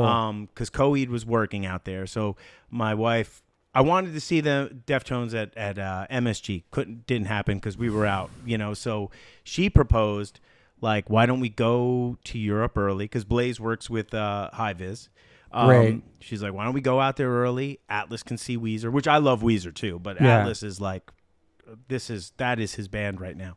And so I was like, all right, we'll go check him out and see the show. So, dude, the Deftones killing it, man. Oh, it's just yeah, like they're bigger than ever, and the new single's phenomenal. And like, my boy Kenneth did the cover with the snake. Like, I'm just so psyched for Chino. He's sober. It's just like, it's a really good friend of mine. I'm just so happy for him, dude. Like, that's awesome. It just seems like they're like, yeah. I saw him at the Forum. They played like 3 nights at the Forum out here. It's just like there's some sort of wave with all this music right now. It's incredible. Like Limp Bizkit, all these bands are just like bigger than ever. Yeah. Funny. It's wild, man. I saw Deftones with Limp Bizkit opening and Willhaven at Irving Plaza. Wow, Willhaven. I remember that band. Yeah. Damn. You guys toured Linkin Park back then too, right? We did, yeah. We toured with we did a tour with Linkin Park. Back then, the Huge, Slipknot. Yep. Slipknot, crazy. That was like 2003, I think, or something. Coheed, weird bird. AFI, Thursday, whatever, Taking Back Sunday, and then Warped Tours. Did you do a couple Warped Tours? This is the one we saw you on. We did, like, I think 2003 pieces of it, 2004, 2007, I believe. I think that might be about it. It's a very important tour for bands. Back then, it seemed like hell and craziness, but looking back on it, like, it was really nice. Met so many cool bands off of that. Yeah. It was an interesting world, man. Yeah. I wish I was a little more present mentally. And you know, not because of any drinking or I just wasn't. Well, I did drink, but but you know what I mean. I'm like too much in your head. Yeah, like that. You know. But you're enjoying the moments, right, throughout your career and stuff. I do. Yeah. I think I do. Yeah. I think I do. I mean, it's just, you know. Dude, I'd love to be in your brain, to see your brain. It's just nonstop. How do you fall asleep at night? You a good sleeper? I'm pretty good. I don't stay asleep though. I wake up pretty early. Like what, 5 or 6? I woke up today at 3. Well, and that's a little jet laggy. You're off. Yeah, I'm a little off, but primarily like 4 or 5 o'clock. And my son does it too. Damn, crazy early bird. Yeah. So you sleep like what, 6 hours maybe? 5, 6 hours? Because sometimes I'll fall asleep fairly early, but even if I pass like, later I still like the internal. I think it probably has a lot to do with my parents. They were same as it's going to be with my son. Like, my dad worked a factory job where you had to wake up super early. Mother did the same kind of thing. Now, working for the telephone company, it's like they were always up early. Like, so I think I just kind of pulled that from them. It's like seeing you shut your brain off. It'd be probably hard for you just to stop thinking at night, right? Yeah. You read a lot of books too? Not nearly as much as I would like to. I try it as I go to sleep, That's a good way to fall asleep. Yeah. But then sometimes, my wife and I will watch a show or something, Yeah, what kind of shows are you into? What was the last Are you a comedy guy? Like, what are you into? I'm down with everything. Yeah. Right now she's watching The Pit. I never heard of that one. It's like an ER show. Okay. Oh yeah. Okay. It's okay. mad. It's kind of brutal. Okay. Like I can't. Like I'll watch like it. surgeries and people. Yeah. I can't watch that either, man. But like for the most part, like I like science fiction stuff. Yeah. I like fantasy. I mean, I'm into things that just kind of take you out of the world a bit. Did you see Out of Range? What is Out of Range? It was about with the aliens in the big hole, and it's like almost like a Yellowstone meets an alien thing. No, I've never seen it. My friend was in it. I'll send it to you. Yeah. It's really cool. It did a couple seasons. All right. Yeah. It's super science. It's cool. It's like some dark hole type shit. You like Dune and stuff like that? Yeah. Great. Yeah, man. I think that book is probably my favorite science fiction. Although my favorite books, it took a lot from Kurt Vonnegut. Okay. A bit, like in terms of like themes in the Amory Wars, where like, the writer is present in one of the stories and stops the character from utilizing free will and things like that. Like, because Vonnegut, like, like in a book like Breakfast of Champions, there was a character in a few of his books called Kilgore Trout, where they would say that was like a personification, like a version of him that would stick in the stories, and so that was like kind of an inspiration for why the writer makes his way into Good Apollo 1. Okay. And sort of stops the character from, sort of like defying his utilization of free will. Yeah, I saw so many book English writers like Frank Herbert. That was in there, right? For you, Philip, is it Dickel or something? Philip? Oh, right. Like, some of the stuff Like Isaac too. Yeah, Asimov, right? Some of the writers, that's what it says. Some of the ones you're influenced by. Yeah, I mean, I think for me, primarily Vonnegut was a big one. Herbert's Dune is, I never made it past Dune, but I really enjoyed that one. Yeah. But I didn't really get Dune. I didn't get it to the second one because, and then I realized that the band Shai-Hulud was named after the characters. And I saw that my friends in the movie, so I got to go to the premiere in New York of Dune 2. Then I really got it. Like he was breaking it all down for me, just both of them together. I watched both of them after that. I was just like, okay, I get the whole Dune thing. It's awesome. But yeah, at first I was just like, yeah. Yeah, I was like really way, as much as I liked to read, I mean, I was really more of like a TV person as a kid, like that was like our pacifier. Yeah. Like, I mean, for me, some of my favorite memories of television were like watching Michael Jackson's Beat It or Madonna's like Material Girl, like amazing, man, on MTV or so, like, yeah, dude. He-Man and the Masters of the Universe. Nice. Like I'm like, sometimes I think of the Amory Wars when I look at it all as like a piece. I think of it as like a rated R, Saturday morning cartoon. So that makes sense. Okay, so let's go now with 2022. The Vaxxus Act 2, Window of the Waking. Is it Waking Mina? Oh, Waking Mind. Waking Mind. Sorry, I spelled it wrong. Yeah, Waking Mind. Yeah, those two. So the Vaxxus 2 and 3, 22 and 25. Wow, it's back-to-back records there too. Yeah. Yes. That's coming out of the pandemic, so. Right. So you must have wrote a lot of songs during the pandemic, man. Oh, man. Bro, you probably like over 50 songs maybe by that time. Yeah. Because you're done from 2018 till then, like nothing really, yeah. Yeah, so so Unheavenly Creatures wrote most of that kind of through we had just moved into like our apartment in Crown Heights, and wrote a bunch of songs out of that into what year did that come out? 2022 is the Vaxxus Act 2. Oh, that's Act 2. Okay, so yeah, Unheavenly Creatures. Then so Vaxxus becomes now I got to write another story. Yeah. I got to fit my life into another story. How do I do that? Right. Yeah. I'm a dad now, so now I don't see myself as the character that I did in the first arc. I'm now the father figure. I'm the Coheed of this, right? At least that's how I see myself. So, so I'm kind of like, so that first record on Heavenly Creatures Vaxxus 1 is very, very much about just my wife and I, And how long have you guys been together for? We've been together for a while now. So it's like before our marriage, Don't get it wrong, man. I'm going to get it wrong. 15 years, 10 years, 15 years? I don't even know. Oh, I mean, you're supposed to know that, man. Okay, we're going to have to edit this out of the podcast. No, it's okay. What year did you meet her? I met her on tour around the... so my wife is in the Favor House Atlantic video. Okay. Oh, wow. She's cool. the love interest in the Favor House perfect. Atlantic. So 2002, 2003. Okay, it's a long time. Yeah, okay. So there you go. That's my marker. Over 20 years. And then we're now married, I think, over 15, 16 years. Yeah. Now you're a dad, and it's awesome. Yeah. So then, so that first record, husband. Yep. We're on a prison planet and all that stuff. And then, now you're a dad. Now you're the Coheed. Yeah. And so Window of the Waking Mind happens, and that's very much like, I'm parenting through the pandemic. Yeah. And so that's very much what that record kind of mirrors is those experiences, trying to be a dad in a very unusual circumstance. Oh yeah. Such a weird time for kids, man. My son graduated on Zoom. It was really strange. Yeah, that was a weird time for kids.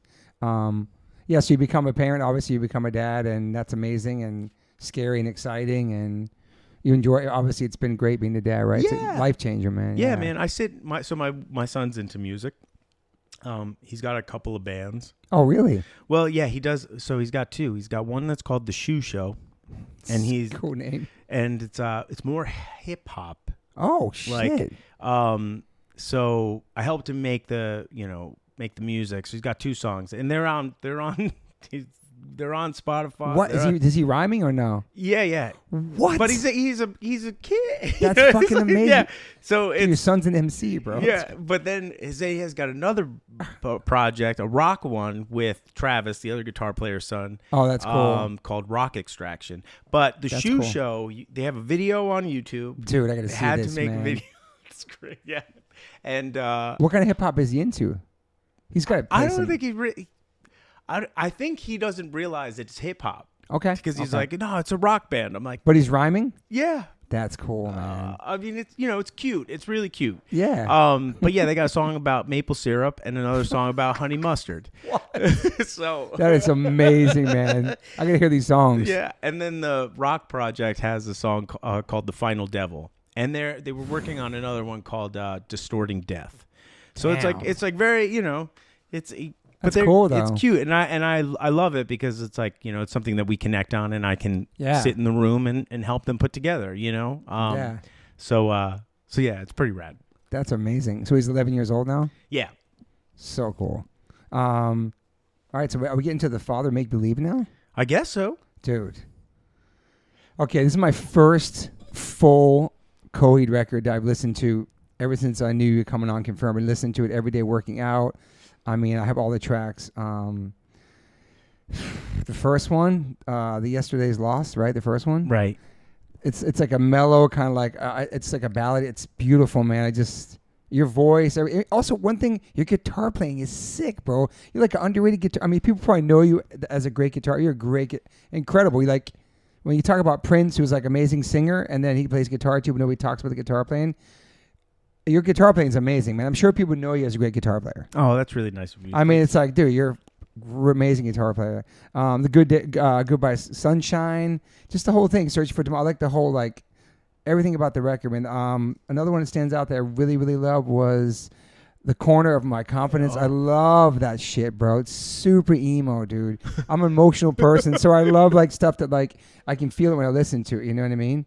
And the crazy one too is I think it's Someone Who Can Be, the very upbeat one I love. Oh, right. Mm-hmm. But then there's one, I wrote it down, Play the Poet. It's got very Ministry vibes. Yep. Mm-hmm.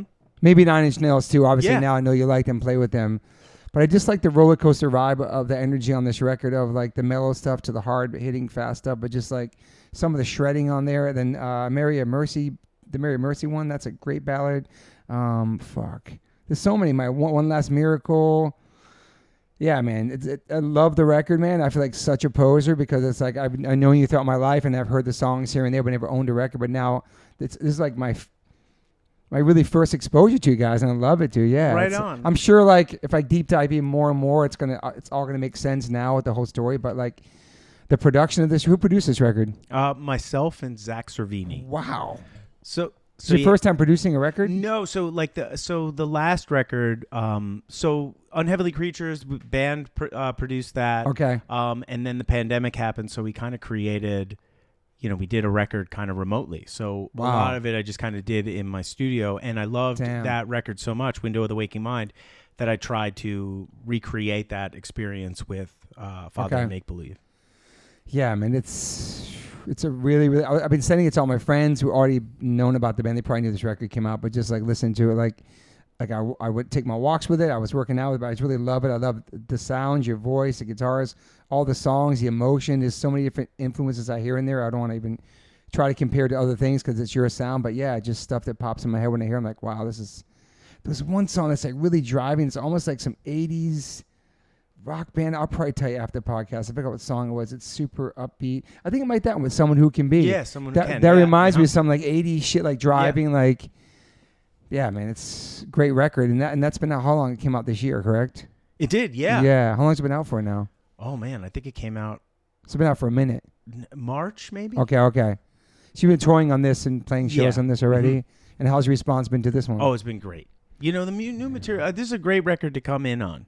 Most people get a little intimidated by Coheed because they're like, oh, there's this concept and we need to know from part one, and that's too much for. But it's not necessary. It's really not. This is a great record. This is a great introduction record, I think, because I think the music is strong. It's very, very personal. I mean, I wrote a lot of the material you say, like Yesterday's Lost. I mean, my uncle passed away of pancreatic cancer, and just got me thinking of like what life would be like if, I lost my wife or vice versa. And that became a real big like informer of the material on the record. Got you.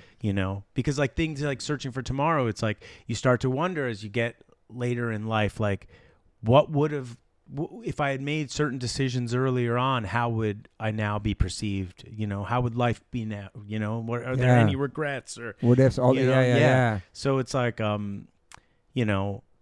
just kind of started thinking like that. I started to see myself more instead of in the eyes of the father. I started to see myself in the eyes of the son, in the Vax's character, because he's now in a point where he can sort of make the world in his own image, and like I'm wondering like, well, what can I do with my future, with what future I have left? And so yeah, it's a big. You said two things there. There's something popping up in the song. There's something about Am I an Optimist? What's that line in one of the songs? I was trying to find it the other day on the record. Oh, I have to sing it to find out. Because that's one of the questions, and you just said two of my questions. Like, we'll get to one. I guess. Do you have any regrets in your life? Do I have any regrets? I'm not entirely sure. I think my one regret would be to and it's not a regret because it's a double-edged sword. It's like to be a little bit more in the now. I'm just so consumed with my sort of like, I'm just thinking about too much that's not here most of the time, and I kind of wish I was just a little more present. So you think about the future a lot? Yeah, I mean, I think about it so much. Do you think about death a lot? A lot. It's a lot of it happens a lot on Coheed records. Mortality is a big is a big proponent to all of them. Do you fear death? I don't fear dying because I feel like that's the easy way. I think about like going back to a song like "The Light in the Glass" off of In Keeping Secrets. That song's about finding out my dad's dead. He's still alive, but like being away and getting the phone call that someone has passed away. So it's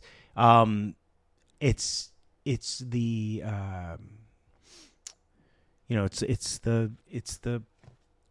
the living without, that I fear more than anything. Yeah. I don't want to go. I don't want to. Me either, man. But like I'm on some Peter Pan show. I'll be here forever. Like, I don't know. Right. No. Especially when you get older, and especially when you have kids. Oh yeah, dude. You start seeing that. You start seeing the end, man. It sucks. Yeah. I'm way older. I'm 55, so I'm way older. But my son's 22, and I'm like, okay, will I be here when he gets married? How old am I going to be when he does this? I'm like, fuck. Am I going to be here till I'm 100? I don't know. It's just like. Yeah. It sucks. My grandfather. So that's another thing about Father of Make Believe is and my grandfather passed away right at the top of the pandemic. Okay. He was 100 years old. This is a man that lived 40 years of his life without his wife. So she passed away. Wow. We moved in with him, and he became like a second dad to me. I lived most of my life with this man. We were the odd couple, and that's a big reason why I brought him back. When he passed away. If you ever, and I'll get you these books, so you can check them out because awesome. The Vaxxas books look amazing. The art is very cinematic, and my wife's writing when she pieced everything together it's so great. But at the end of it, the Afterman returns, and the Afterman is now an elderly man, and I made him in the likeness of my grandfather. So when my grandfather passed away, I brought him back in the story. That's beautiful, man. You can do that too. That's awesome, man. Yeah, but it's it's like. Thinking about, I now think about like, man, he lived that long without that other person. Like, I don't know if I could do that. I know. I think about that too. Like being married to more than 30 years. It's like, she's always like, the man goes first. I'm like, don't say that. Oh, yeah, that's what my wife says. She does. Why is that, bro? Why do they say that? Because we're older. I know. Typically the man is older. I don't know what he does that too. But also, it's just like not knowing. It's like, do we just? I hate talking about it as to get morbid. It's just like, do we shut off? I believe there's an afterlife we can watch over our families. I'm hoping that's real. I don't know, man. We never died and came back to talk about it. It sucks, dude. So the idea in the story. I'm sorry. No, I love this, dude. This is amazing, bro. Is that the key work is essentially made up of souls. So it's and the souls like always sort of they nurture the planets. Right. Mm-hmm. And so I don't believe really anything, to be honest, but I do like to think I do have memories of before. Yeah. And I know the mind is strange and it creates things in time, but there are these moments where I think when I can remember myself in the crib and like touching my face and like you remember that? Yeah, like with socks on my hand and wondering what was beneath my skin. But then I have better memories like before that. Like, it's just weird. It's but again, as we get older, like things get kind of made up in there in that. Yeah. But I don't know. So the concept, is that the souls are they nurture the life of the planet, and I feel like maybe there's a little bit of that. Yeah. I want to believe that because I want to watch over, my family. Yeah, I'd like to. I know. It sucks. I feel like that'd be torture, though. I just want to be with them. Like, what if? Like, I asked my wife yesterday. I said, "Would you ever remarry if I died?" And she's like, "No." I'm like, "Okay." And then I'm thinking about your grandfather who didn't after that, right? 40 years, and like, how can I live without my wife or my son? It's just crazy. I don't know, because sometimes you have the couples who pass away, then the husband whoever goes first, and then soon after they do, or they, I don't know. It's just sad, man. Yeah. It's taking this podcast to some dark, morbid shit right now. It's true, though. It is. It's so so when my grandfather passed away shortly after that, his son passed away of pancreatic cancer, and he was fairly young, and it just got me like, wow, man, like he didn't know the fate of his son, you know? Yeah. Which typically I guess is the right thing, right? Like the parent should go first, but like the fact that he went so shortly after and horrible, his man. wife is now left. I always say left and it sounds so negative. Mm-hmm. It's not his fault. Like, yeah. you know, I don't know. Like, yeah, I think about death a lot. Damn. You think that's healthy? Probably not. I think so. But I become thinking about more as I get older. You know what I mean? Like having a kid is getting older, and like a lot of our friends are passing, and all this stuff, people getting sick. I'm like, oh my God. That's why I stay healthy. I train every day. I eat good. I try to. I'm 55. I'm trying to run. I'm trying to skate with my son. I want to be able to do all the things with my son. You know? Right. Surf, skate. Yeah. You know what I mean? I want to say that I do those things, Toby. Are you a pretty healthy person? Do you try to? Absolutely not. you know, actually, yeah. So what's like? Do you try to eat? You trying to eat better? Or? I tell you what, I eat better on the road. Wow. When I'm home, I get so like on the road. I have a whole regimen. It's not even so much that I exercise. It's like in order for me to perform, I need to eat certain things. I need to not eat them at a certain time. Wow. That kind of thing. So you're super strict about it. Absolutely. Like I get it's you know, it just turns on day one. But when I get home, it starts to like deteriorate. That you know what I mean? And I think it's just because I'm happy to be home. I'm happy to be in my situation with my wife and son. You can relax and chill and eat what you want. And I really fall into that, you know. So damn. Do you do book warm-ups on tour? On tour? Yeah. Have you ever lost your voice on tour? Yeah. Really? Yeah, I lost it. Actually, we did this run last year with Primus. Oh, that's cool. And funny enough, dude, I would go out and sing a Rush song with them. What? Yeah, you know, yeah, it's so funny. But you lost your voice? Yeah, because I sort of did this weird scream that I do. I just knew I shouldn't have done it at that moment, and I did it. Because I just had so much fun playing with it. You just blew it out? Yeah, and so the next day we had a show, and we didn't cancel. We asked the audience, you know, if they would sing. So, and they did. That's and it was amazing, like, man. And it was so much fun for me because, you know, I used to just be a guitar player in a band. Mm-hmm. And so I got to experience that, which I never did in Coheed, just to be the guitar player. Are you mouthing the words or are you just like chilling there singing them all? Yeah, I was just chilling. Dude. Yeah, it was so good. How long did it take to come back? A couple of days? Yeah, it just took that day and the day off that was following to get it back together. Also, sleep is key. Sleep's the most important thing. Key. Yes. People think like tea, honey, and all that stuff. It's like, no, just don't talk. Yep. It's really important. I agree. You had singing lessons before? No. I mean, well, I took a couple like around the time of In Keeping Secrets. Because, you know, this was becoming for real. Yeah. You know, and I still use that warm up to this day. Is it Melissa Cross? Ron Anderson. Oh, yeah, he's legit. Yeah, I know that name. Yeah. So yeah, I still have it on my phone. That's awesome. Yeah, I think he passed away, actually. Oh, really? Years ago, yeah. Oh, I think he did. I might have heard that. So the Claudio covers, too, I love. It came out in 2024. Like, your Cure version is incredible. Dude, Taylor Swift, Welcome to New York. The Outfield. I don't know who Bastille is. I don't know if I heard that band, but that was in the Church, Smashing Pumpkins, Night Ranger, the Smiths. Dude, these are all great. I've been bumping this record too, but like, cool. I love your versions of all that. Oh, thanks, man. I never even heard that Taylor Swift song before. The Welcome to New York. Oh, really? It's dope, dude. Yeah, it's like some Billy Joel shit or something. I don't know. It's cool, man. Right? Yeah. Yeah. We were listening to that during the pandemic because we could, you know, at that time we were like, we could drive through Manhattan and there was like no one. It was like a ghost town. It's like a movie, right? Yeah, it was so wild. So we would, my wife would drive up to Times Square because we were just like, we needed something to do. So we were lucky enough. We had a car, so we would just drive up there. And my son was like discovering the 1989 record. That's cool, man. That's cool. Yeah, that's a great covers album, man. So you put that out just yourself during that time, yeah? Yeah, like so some of those songs are kind of old, right? Like, so the Outfield cover, the Night Ranger cover, those I did back when I had like a cassette 4-track. Oh, wow. And then one week I had, it was like in between two tours. Like we had just finished one, I had a week, and then we were going to Australia, and I didn't want to get into any new material because I knew I was going to be leaving. So I just was like, you know what? I'm going to put some covers together. Stumbling, Smashing Pumpkins, The Cure, a couple of those. Oh, the Smiths cover. I did like 4 in the week, and then I was like, you know what? I'm just gonna compile them and put them out. Just for That's awesome, man. It's so good. The Cure one's so sick. So now the record's been out for a while. You guys have a bunch of tours coming up. Yeah, so we got a tour at the end of the month, the end of August, with Taking Back Sunday. So we'll do all the sort of all the cities we didn't get to do with Mastodon.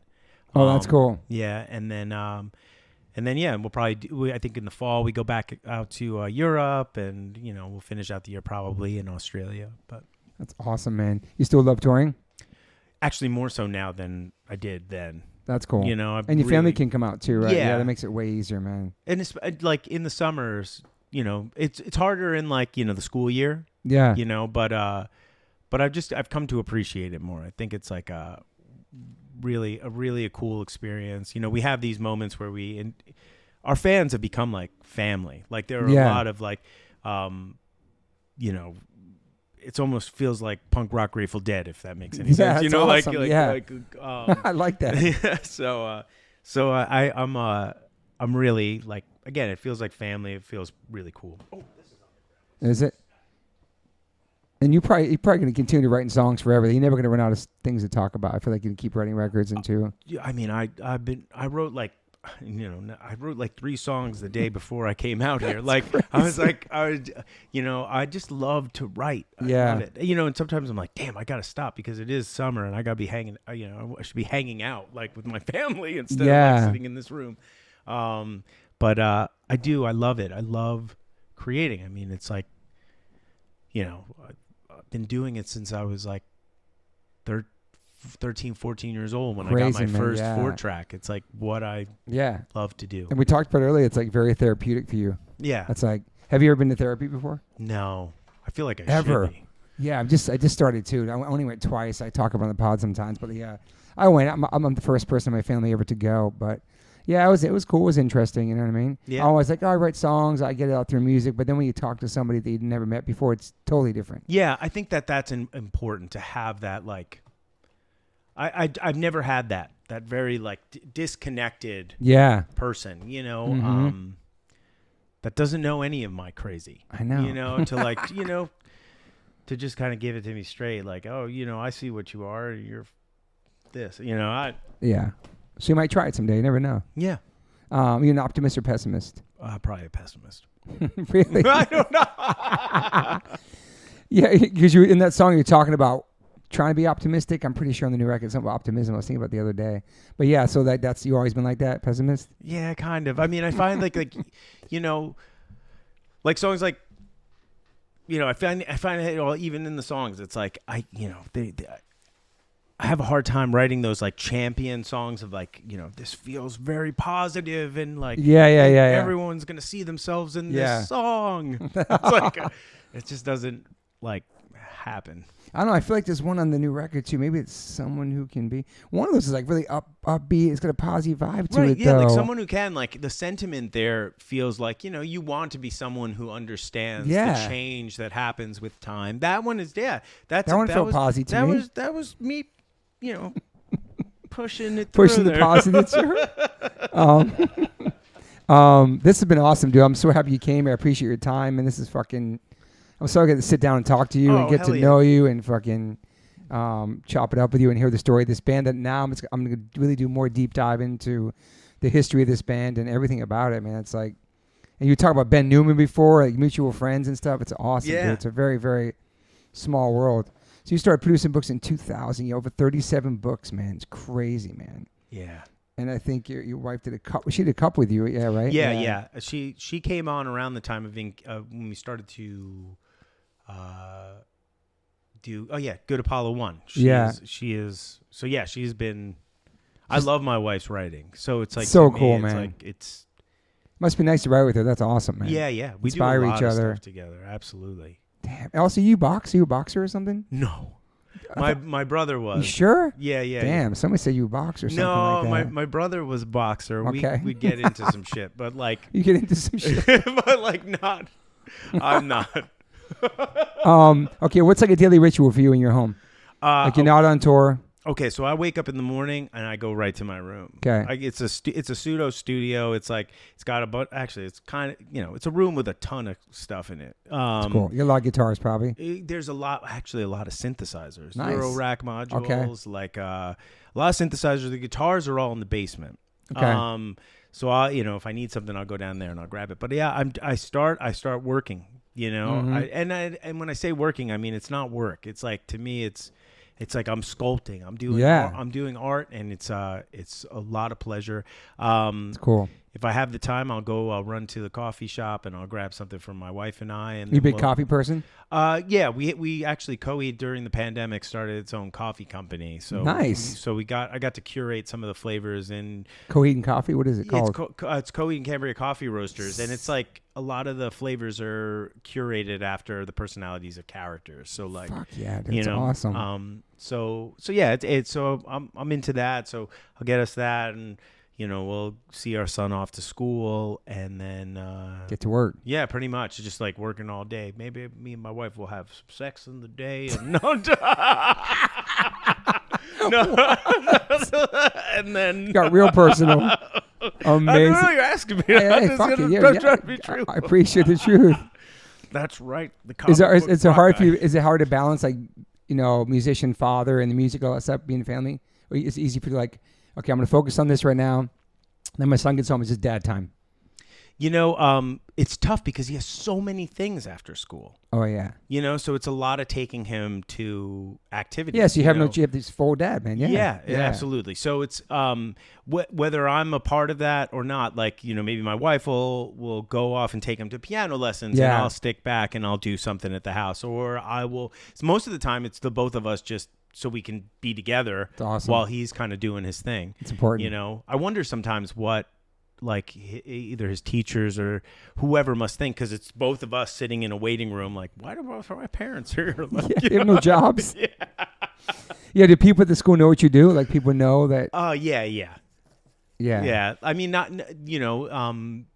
sometimes not, but it doesn't, for me, it's like I want to be as under the radar as possible. Yeah, I was going to say, if people recognize you and stuff, or if the hair is out, that will happen. But you do have good. We have to talk about your hair. You have great hair, by the way. Oh, thanks. I have a hair envy my whole life, so everybody gets props on the podcast. You have perfect hair, dude. You were never going bald. You're chilling, dude. You got a full head of amazing hair, dude. You've always had like crazy, like. I know, it's wild. Sometimes I look at it though, man, and I'm like, I gotta cut that shit because it looks like I look like a sea hag. Does it ever get dreaded up and stuff like that? Oh yeah, absolutely. If I don't comb through it, it's dreading quick. Sea hag. Yeah, absolutely. You seem like a person who's not on the phone that much either. What's that? You're not on your phone that much. You on social media a lot? So it's tough. Like at the moment, no. Like I haven't been messing with it nearly as much. But there are moments where I do fall. Scrolling and stuff. Yeah. But here's the thing: is like as much as like I find it. I can find the negativity in it. I do find like sometimes it's inspiring, but I get lost in that, and I'm like, oh, wow, this certain person is doing this certain thing with this synthesizer or effects unit or whatever have you. And like, it's like, oh, that's interesting. But then you keep searching for it. So then there are these moments where I have to detox and I shut it. I delete the apps off and because I find there's no sense in deleting the actual account. No. Like, to me, it's just like delete it off the device and then, For how long have you done it before? For months. Wow, that's cool, man. I mean, it's, but there are moments where like like management will ask you if, can you do this sort of thing? Yeah. It's like, oh yeah, that is part of the gig too. And that's the world we live in now. So, I know. So then I will. But at the moment, I find that if I'm off of it, I'm even more creative. That's what I'm saying. Like it's such a necessary evil, man. It sucks because it's like we're promoting a show right now in New York, and it's like the algorithm's off. We're pushing these flyers. I feel like we're like punishing people with the flyer, but that's how you promote. That's how you tell people you're playing. Where's the show? In New York City on a boat. Oh yeah, when? August 15th, H2O and Killing Time, and they spend school drugs. I wonder if I think we might be rehearsing it. I'm not sure. But yeah, it's gonna be cool. It's a boat. Where? What's it goes around Manhattan, stops at the Statue of Liberty. It's a Circle Line. Yeah, it's called Rocks Off. They do all these punk shows on it, Bouncing Souls. Everybody plays. That's sick. Dude, you guys should kill that. It's super cool. It goes under the Brooklyn Bridge. It's like we have a cruise. Oh wow. Yeah. Coheed cruise. Yeah. Oh damn. It's like a Comic-Con on the sea. Wow. Yeah, it's called the SS Neverender. This will be our 3rd year doing it. That's we do incredible. it every other year. You go to Comic-Con too, I'm sure. Oh, I'm going. Yeah, we've had a booth there for over 20 years. Oh fuck, for it's Evil amazing, Inc. dude. You're like tapped into like all these different subcultures and all this shit's awesome, dude. But dude, I am such a fan of stuff. Yeah, I love that. I go to. We're big kids, dude. I'm absolutely a big kid. I mean, I think because we get to play music, get to do what we love, we get to be creative. We have beautiful, amazing wives who like have our backs and like hold it down for us. Yeah, we can go be on tour and be big kids, and it's a wonderful thing, man. It's really important. People don't talk about the whys behind the musicians, how like they're the backbone, like have our back, dude. Yeah, it's amazing. Funny. My wife has a podcast. I'm sorry, I didn't mean to like become a pitcher. No, let's hear it. What's it called? It's called Band Wives, and it's about sick. The wives of or significant others of people in sort of the industry, and she does it with Adam Lazzara's wife Misha of Taking Back Sunday. Oh, that's incredible, man. For the listeners, check that out. That's cool. I didn't even know that exists. Yeah. Those are the real ones. Those are like the real like one that like hold it down. Yeah, no, absolutely. My wife, like I said, a lot of these songs is like, what's life gonna look like if she's not here? Because I'm in trouble. Do you check out new music, like new bands and new artists, or to some degree? I try. I'm really bad at listening to music. As I've gotten older, I'm just bad at it. Like I went and checked out High Vis because Blaze's High Vis, band, dude. They opened that show out in Crystal Palace, and I loved it. Great band, dude. But I'm just you're in your own world. You're in your own. Yeah, it's really bad. Like I'm trying to be more proactive about it because it's important. And like I remember, as a kid, that's what I did. I listened to music, and it inspired me to be who I am and write. So I'm like, I think it's important, and I need to do more of it. It's just sometimes it's really like probably most dads, like whatever their kids are listening to. So Absolutely. My son is reintroducing me to like the 90s, Yeah, I'm some crazy hip hop my son listens to, and right. super hard death metal, and like Slipknot's his favorite band. Oh, cool. And Fit for an Autopsy, like a lot of like super like that kind of stuff. Dude, totally opposite of your singing. Okay, so last one. Do you have like a top 5 like artists or musicians or influences or? Oh man, yeah. So Jimi Hendrix is definitely one of them. Wow, that's awesome. I think for me it's like, dude, he never gets mentioned. People say Prince too is another one for me. Oh, guitar, really? But yeah, okay. Yeah, Jimi Hendrix. That's like, for me that's one. Just because as a kid, my dad played it a lot, and I think I was the most curious about the sounds. So I think his performance as a performer, when I started to see the videos, I'm like, oh, that's he's your top guy. He's your top. Yeah, he is definitely one of them, if not the one. Sting. Nice. Yeah. Incredible, man. Incredible. Yeah, my dad used to play a lot of Sting. So that's awesome. As a kid, that stuff would get requested the Police, a lot in the car. Police, dude. Even Sting alone. Solo's great. Yeah, like Nothing Like the Sun. That was a record he played a lot. I did a cover off of that with my wife called off that record of a song called Englishman in New York. We did it for like a Paste Audio video thing. Oh, that's cool. And it was like kind of a tribute to those experiences. So we got Sting, we got Hendrix. Damn, what else we got? Let's think. Pink Floyd. Nice. David Gilmour is another guitar player that I find I emulate a lot. I'm trying to think of like people that I emulate, like really like take from and inspire. Yeah. So I'm thinking about as a kid, like what was that? Thin Lizzy. Nice. Phil Lynott. Like nice. Phil Lynott was like, when I think of like songs like The Suffering or Faint of Hearts, Good Night Fair Lady, like some of those vocal deliveries are very much like Phil Lynott. That's awesome, man. And then those are great. That's 4 so far. One more. And then those are great, man. Yeah, and they're all like when I think of Dave Gilmour, I think of Sting. They're all guys that sing, play. Like I kind of see myself a little bit in it. One more. Damn, I'm really bad at this. Let's think. I'm gonna say any grunge shit, any Weezer stuff, any all that stuff, Green like Day, probably Nirvana. Damn. Yeah. Like I always forget that when I think about my life and I answer questions like these, I really only find one chapter of it, right? And it's that chapter. Before I'm even a musician, at that time, like Jimi Hendrix, I think of Sting. I'm not even playing music at this time when I'm introduced to these artists. But like when I'm actually playing music and my identity is being formed, it's probably more 90s grunge-ish stuff. And I never seem to go in there. Like Jane's Addiction would be one. Ooh. Like, all that stuff. But Nirvana is like, when you think about Teen Spirit, to me, it's like the moment I saw Michael Jackson's Beat It on MTV. Wow. You know what I mean? It's like it's like huge. It's huge. It changes everything. I thought they're pretty punk too, man. Thinking back at it now and that video and their songs, like I don't know. And they're beautiful songs. Like now that my son plays all that stuff and I'm reminded of it, I'm like, it's way more sophisticated than one thinks on the surface level. Yeah. Remember Temple of the Dog too? Yep. Temple of the Dog, Pearl Jam, all that stuff is like very informative. Soundgarden. Oh. Mudhoney. So Mudhoney, yeah. It was such a crazy time, dude. I know. I'm thinking of anything else that like came out. I mean, Smashing Pumpkins. Amazing, man. Dude, one of my first pedals, I did a clone of it. I had I think it was a version 4 or version 5. I still have it. And I was actually just recording with it the other day. It's a version of one of those like op amp versions that like all the kids back when Smashing Pumpkins put out Siamese Dream, everybody wanted that version, and I didn't realize I had it. Oh, you did? Yeah. Dude, that's a crazy record. Yeah. I love that record, man. That's a double record, right? No, that one, the double record is the Melancholy and the Melancholy. Yeah. But Siamese Dream's like the big one. Yeah. That's the one with Cherub Rock and Today. Damn. I was just listening to that actually. Dude, Today is an incredible song, man.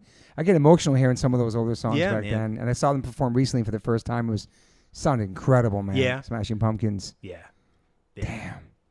Well, fuck, man. Thank you for being here. Thanks for having me, This Toby. is so cool, like, just to get to chop it up with you and hear your story and your history and all these records making sense to me now. And I have to go back and, like, deep dive all of them in order and get your books. And The Father Make Believe is out now. I love the record, man. I'm going to continue to bump it and probably text you about it.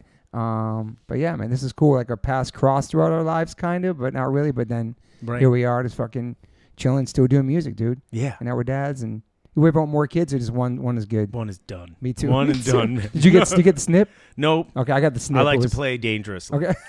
No, I do. Yeah, I got one and done's incredible because you get to travel with them and do everything with them. Do people think when you have a kid, like, your life's over, but the kids adapt to your life? Do you know what I'm saying? Yeah, like my son's traveled the world and he got seen all the cultures because of what we do and music. It's beautiful, dude. More than school. You know, I don't know. It's interesting. Yeah.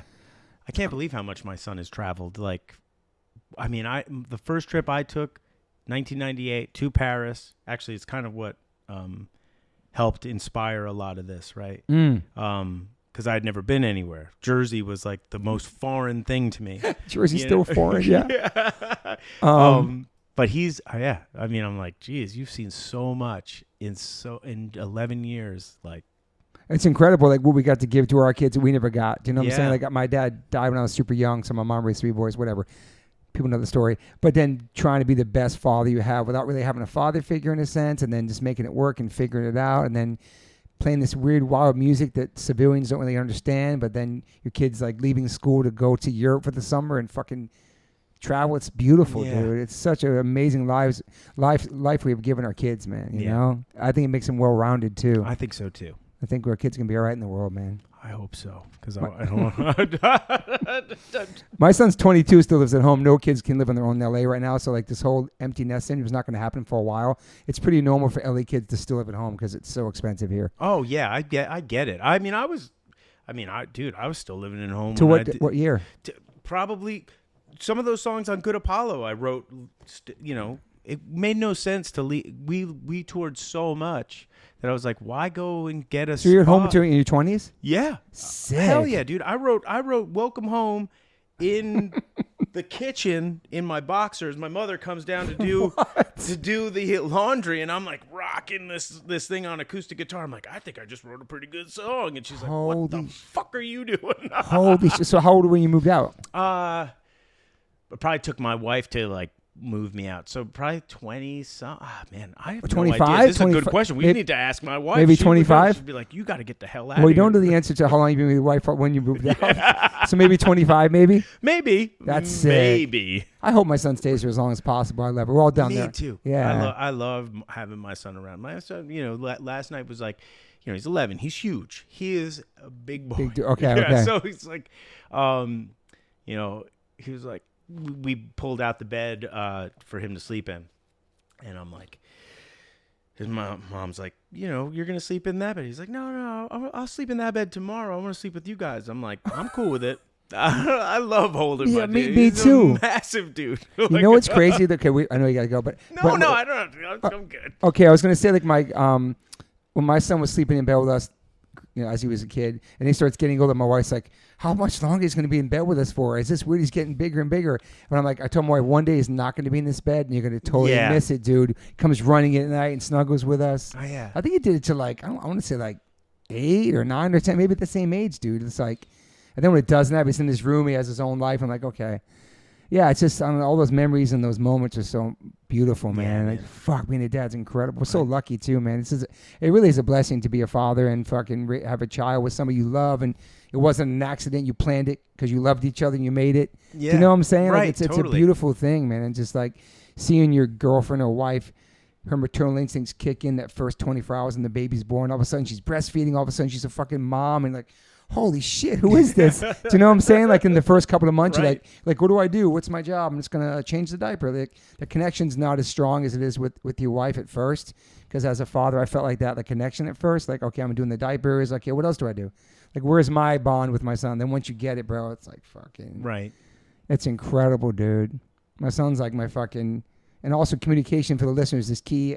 Raising your kids, communication is key. And that trust and all that stuff, like, having that bond is so important, dude, Right. you know? Yeah. So your kids are never afraid to tell you anything, you know? Yep. Getting emo right now, bro. Getting emo as fuck. Well, thank you, dude. Dude, this is great. One day we're going to do a part 2, though. Oh, okay, right on. And Thanks, you man. have no hip-hop love, right? We talked about it. I do have hip-hop love. Because a lot came from your area, I think. Right.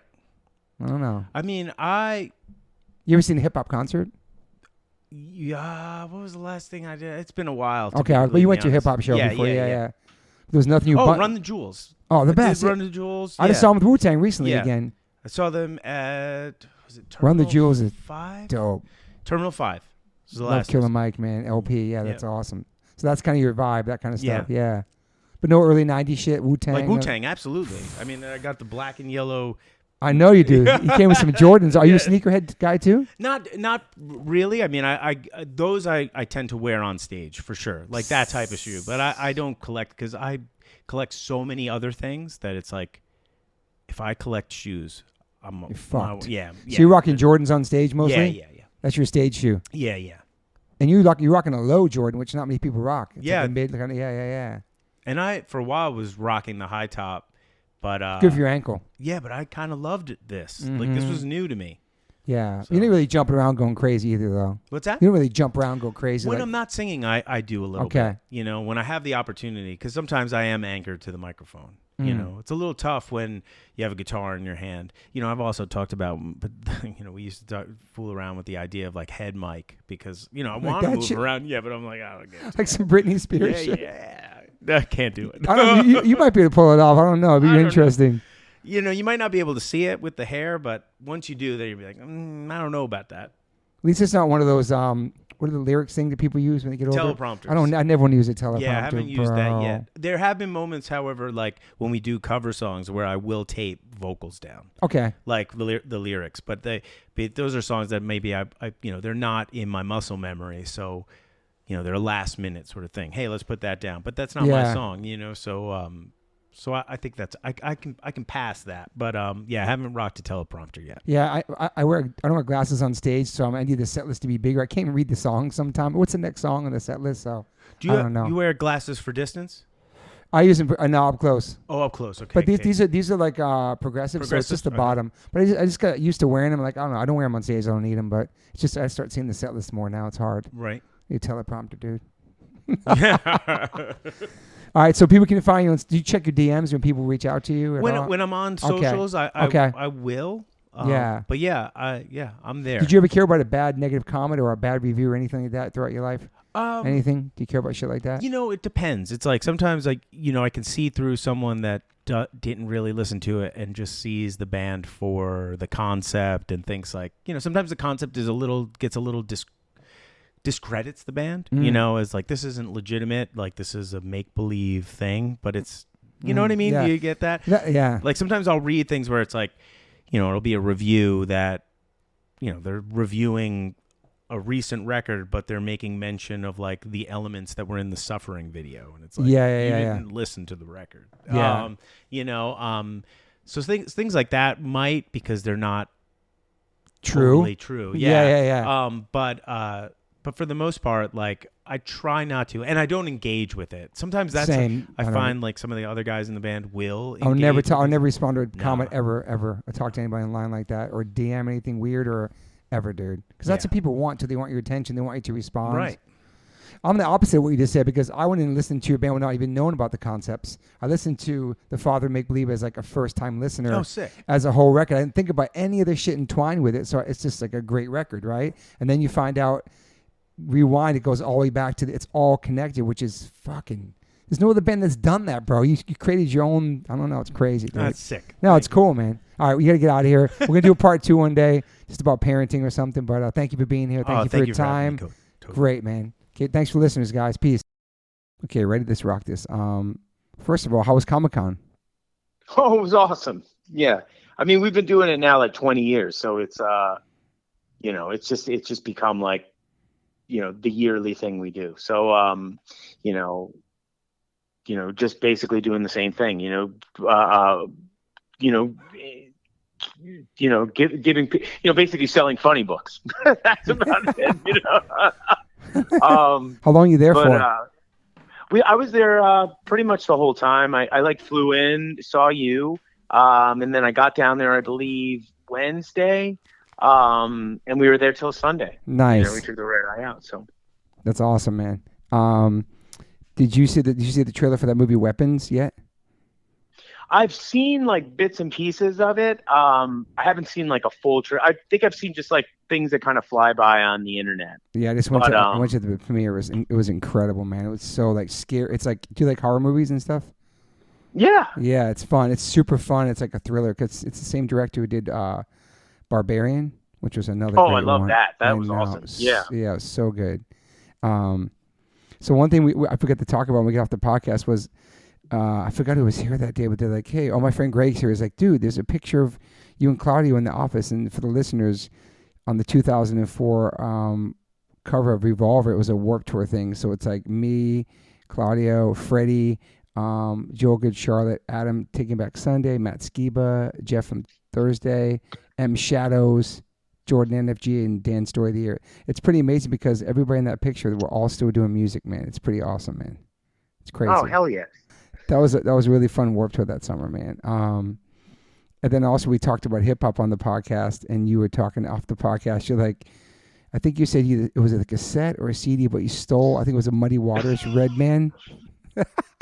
Yeah, you had asked me a question about hip hop. It's like so funny. Like, I think about just my life and how many lives I've sort of like lived. Yeah. And I forget, like there, like I was looking at pictures of myself at like Woodstock '94 and like crazy. I'm like a completely different person in this picture. I'm like a child, but then you'd asked me about hip hop and I was like, and immediately after reminded me of like when I shared a room with my brother, and my younger brother, he was totally into hip hop. So like kind of like in my periphery, that's like how I got hip to it. So like artists like Boot Camp Click, like Helter Skelter, Cocoa Brothers, clearly Wu-Tang, Nas, like off of him, like I started listening to stuff. So like It Was Written was like a big record for me. Great record. Nostradamus. Woo. But like it got me reminded me of like after we had talked, it was like, oh yeah, like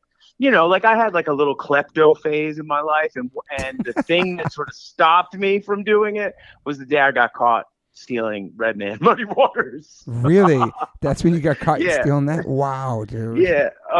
So it's like I didn't steal. Like I wasn't like I just one day was like, I remember like friends talking about how like I just want to take this. I was like, oh well, I'll give it a shot, and I got caught.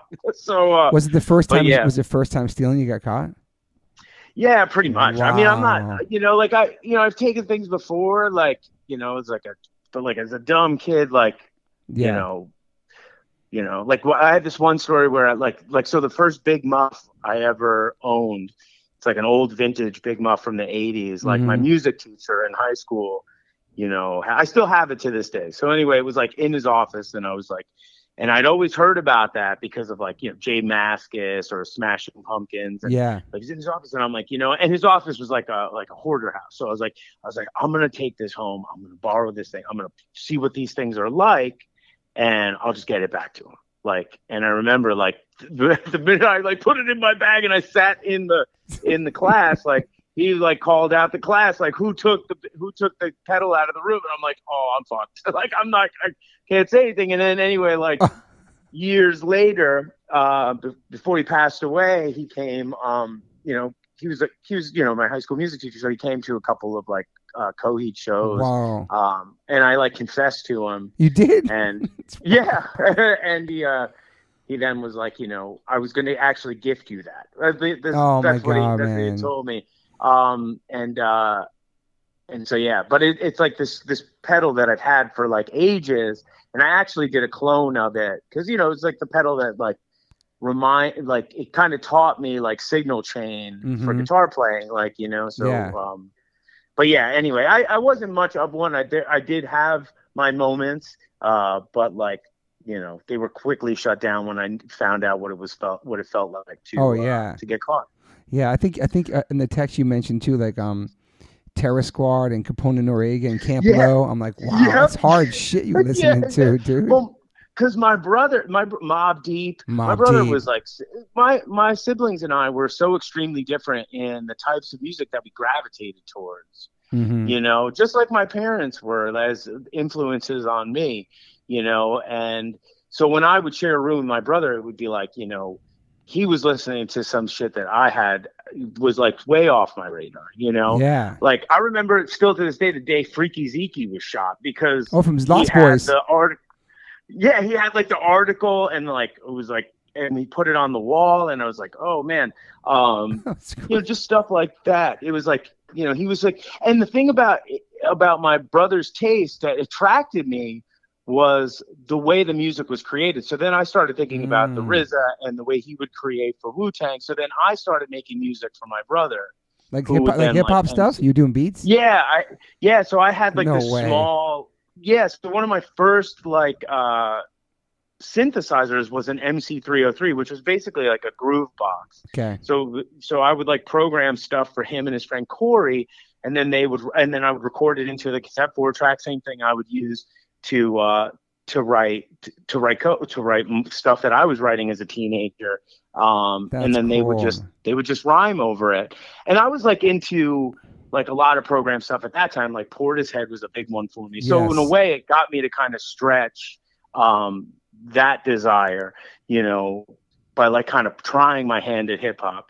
Yeah, was your brother rhyming? But yeah, That's and he was good. He had a cool. great delivery. Wow. But yeah, like it was like just a kind of a thing that happened and like went away. But is he still into hip hop now? Oh, absolutely. But it's funny, as he gotten older, he's like, he comes to all the Coheed shows. That's awesome. So definitely rock has become a part of his thing. But yeah. Did you ever see any hip hop shows back then?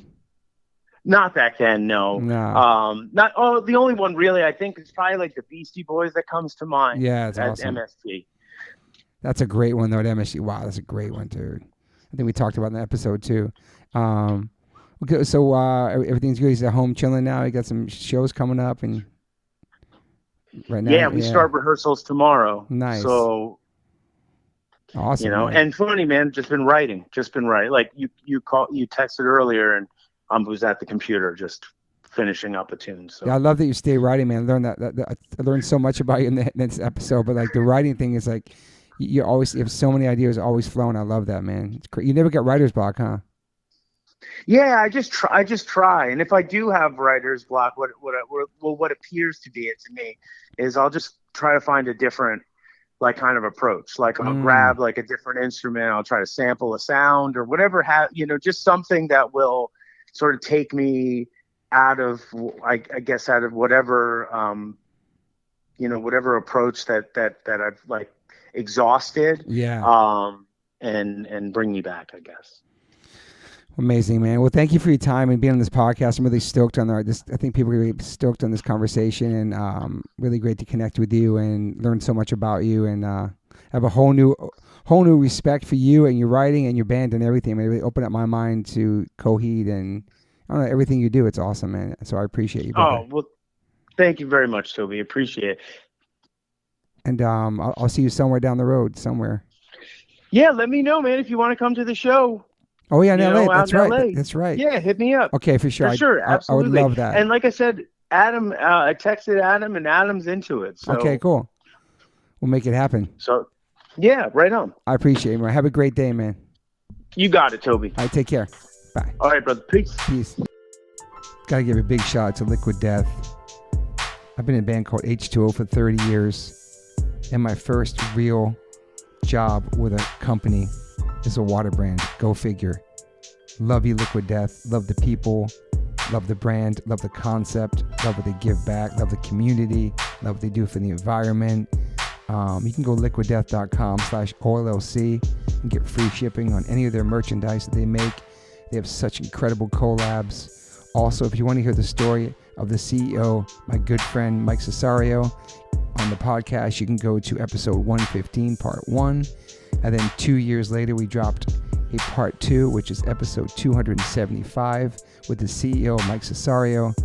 Just a man from Delaware with a dream, worked at a marketing company, and made this become a reality. Liquid Death is an incredible company, incredible water, incredible people. And I'm super, super honored to be part of them. They sponsor my life. They sponsor everything, my family. So go liquiddeath.com/OLLC and get free shipping on anything you want to buy on that site. If you want to get water, it's exclusively on Amazon.com. Murder your thirst, y'all. I always ask my guests if they have any regrets. I personally don't have any regrets. Even when it comes to my tattoos, I have the silliest tattoos. Even my ET on my leg, it's still a childhood memory for me, and I love it. I've had tattoos on top of tattoos strictly because I wanted more tattoos. I started getting tattoos when I was 18. I'm 52 now, and I can't stop. I've had laser treatment before on something on my arm. It's 4 tattoos on top of each other. And that experience at that place was pretty fast. It was pretty cold. It was in and out, swipe the credit card. Don't really tell me much, didn't give me much details of anything was going to happen. So I never went back. So as of most recently, I'm so lucky enough to have had 2 sessions at Removery Tattoo Removal. My tattoo on my arm that looks like a big black blob is now super light. I've had 2 sessions. I have a long road ahead of me. None of this stuff happens overnight. You cannot take a tattoo up in one sitting. You have to be patient. And it's painful. They ice you up. It's super fast. To me, it felt like a bunch of rubber bands. But what's more painful than that is looking at something on your body that you think you're stuck with for the rest of your life. That sucks. But now for me, I'm really happy I started this journey. I'm slowly going to get this tattoo removed. I never thought in a million years I have any kind of real estate on my arm. I don't even know what I want, but it's exciting. I'm so honored to announce that One Life, One Chance podcast is now with Removery. Call 866-934-4570 or go to removery.com. Use TobyH2O and get $100 off your first session. One of the most experienced tattoo removal companies in the world. Removery has 155 locations and 1.8 million treatments. US, Canada, and Australia. State-of-the-art peak-away laser technology, cryo technology to reduce any discomfort. This is so exciting for me because all I do in these podcasts is talk about tattoos. From day one, if you've been listening to this podcast, we talk about tattoos, talk about getting removed, talk about getting covered up. So this is such a perfect fit for me. Definitely check out One Life, One Chance podcast, episode 281. I have Carmen Brody, Mike McTurnan, and Dustin Ortle from Removery. And this is over 2-hour conversation.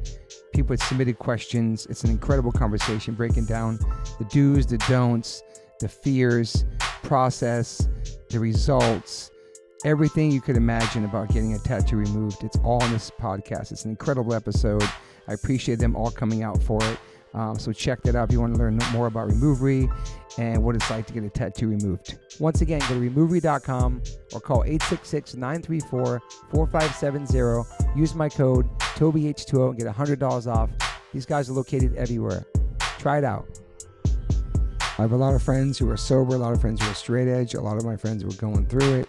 I know struggling with substance abuse and alcoholism can be really, really hard, especially knowing who to turn to. It can be really, really daunting. I'm here to say that a good friend of mine and his friend started this incredible treatment center called Refine Recovery. They gave me a phone number, 855-516-3332. You can text, you can call them. It's totally confidential. It's safe.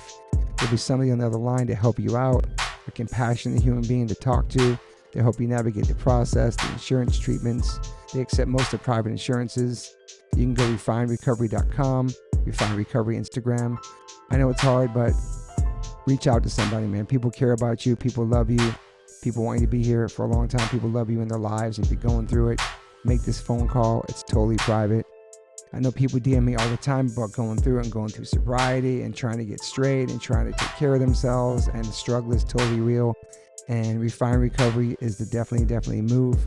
Reach out to them, 855-516-3332, or text them, 855-516-3332. You can call or text this number anytime, 855-516-3332. You know the drill.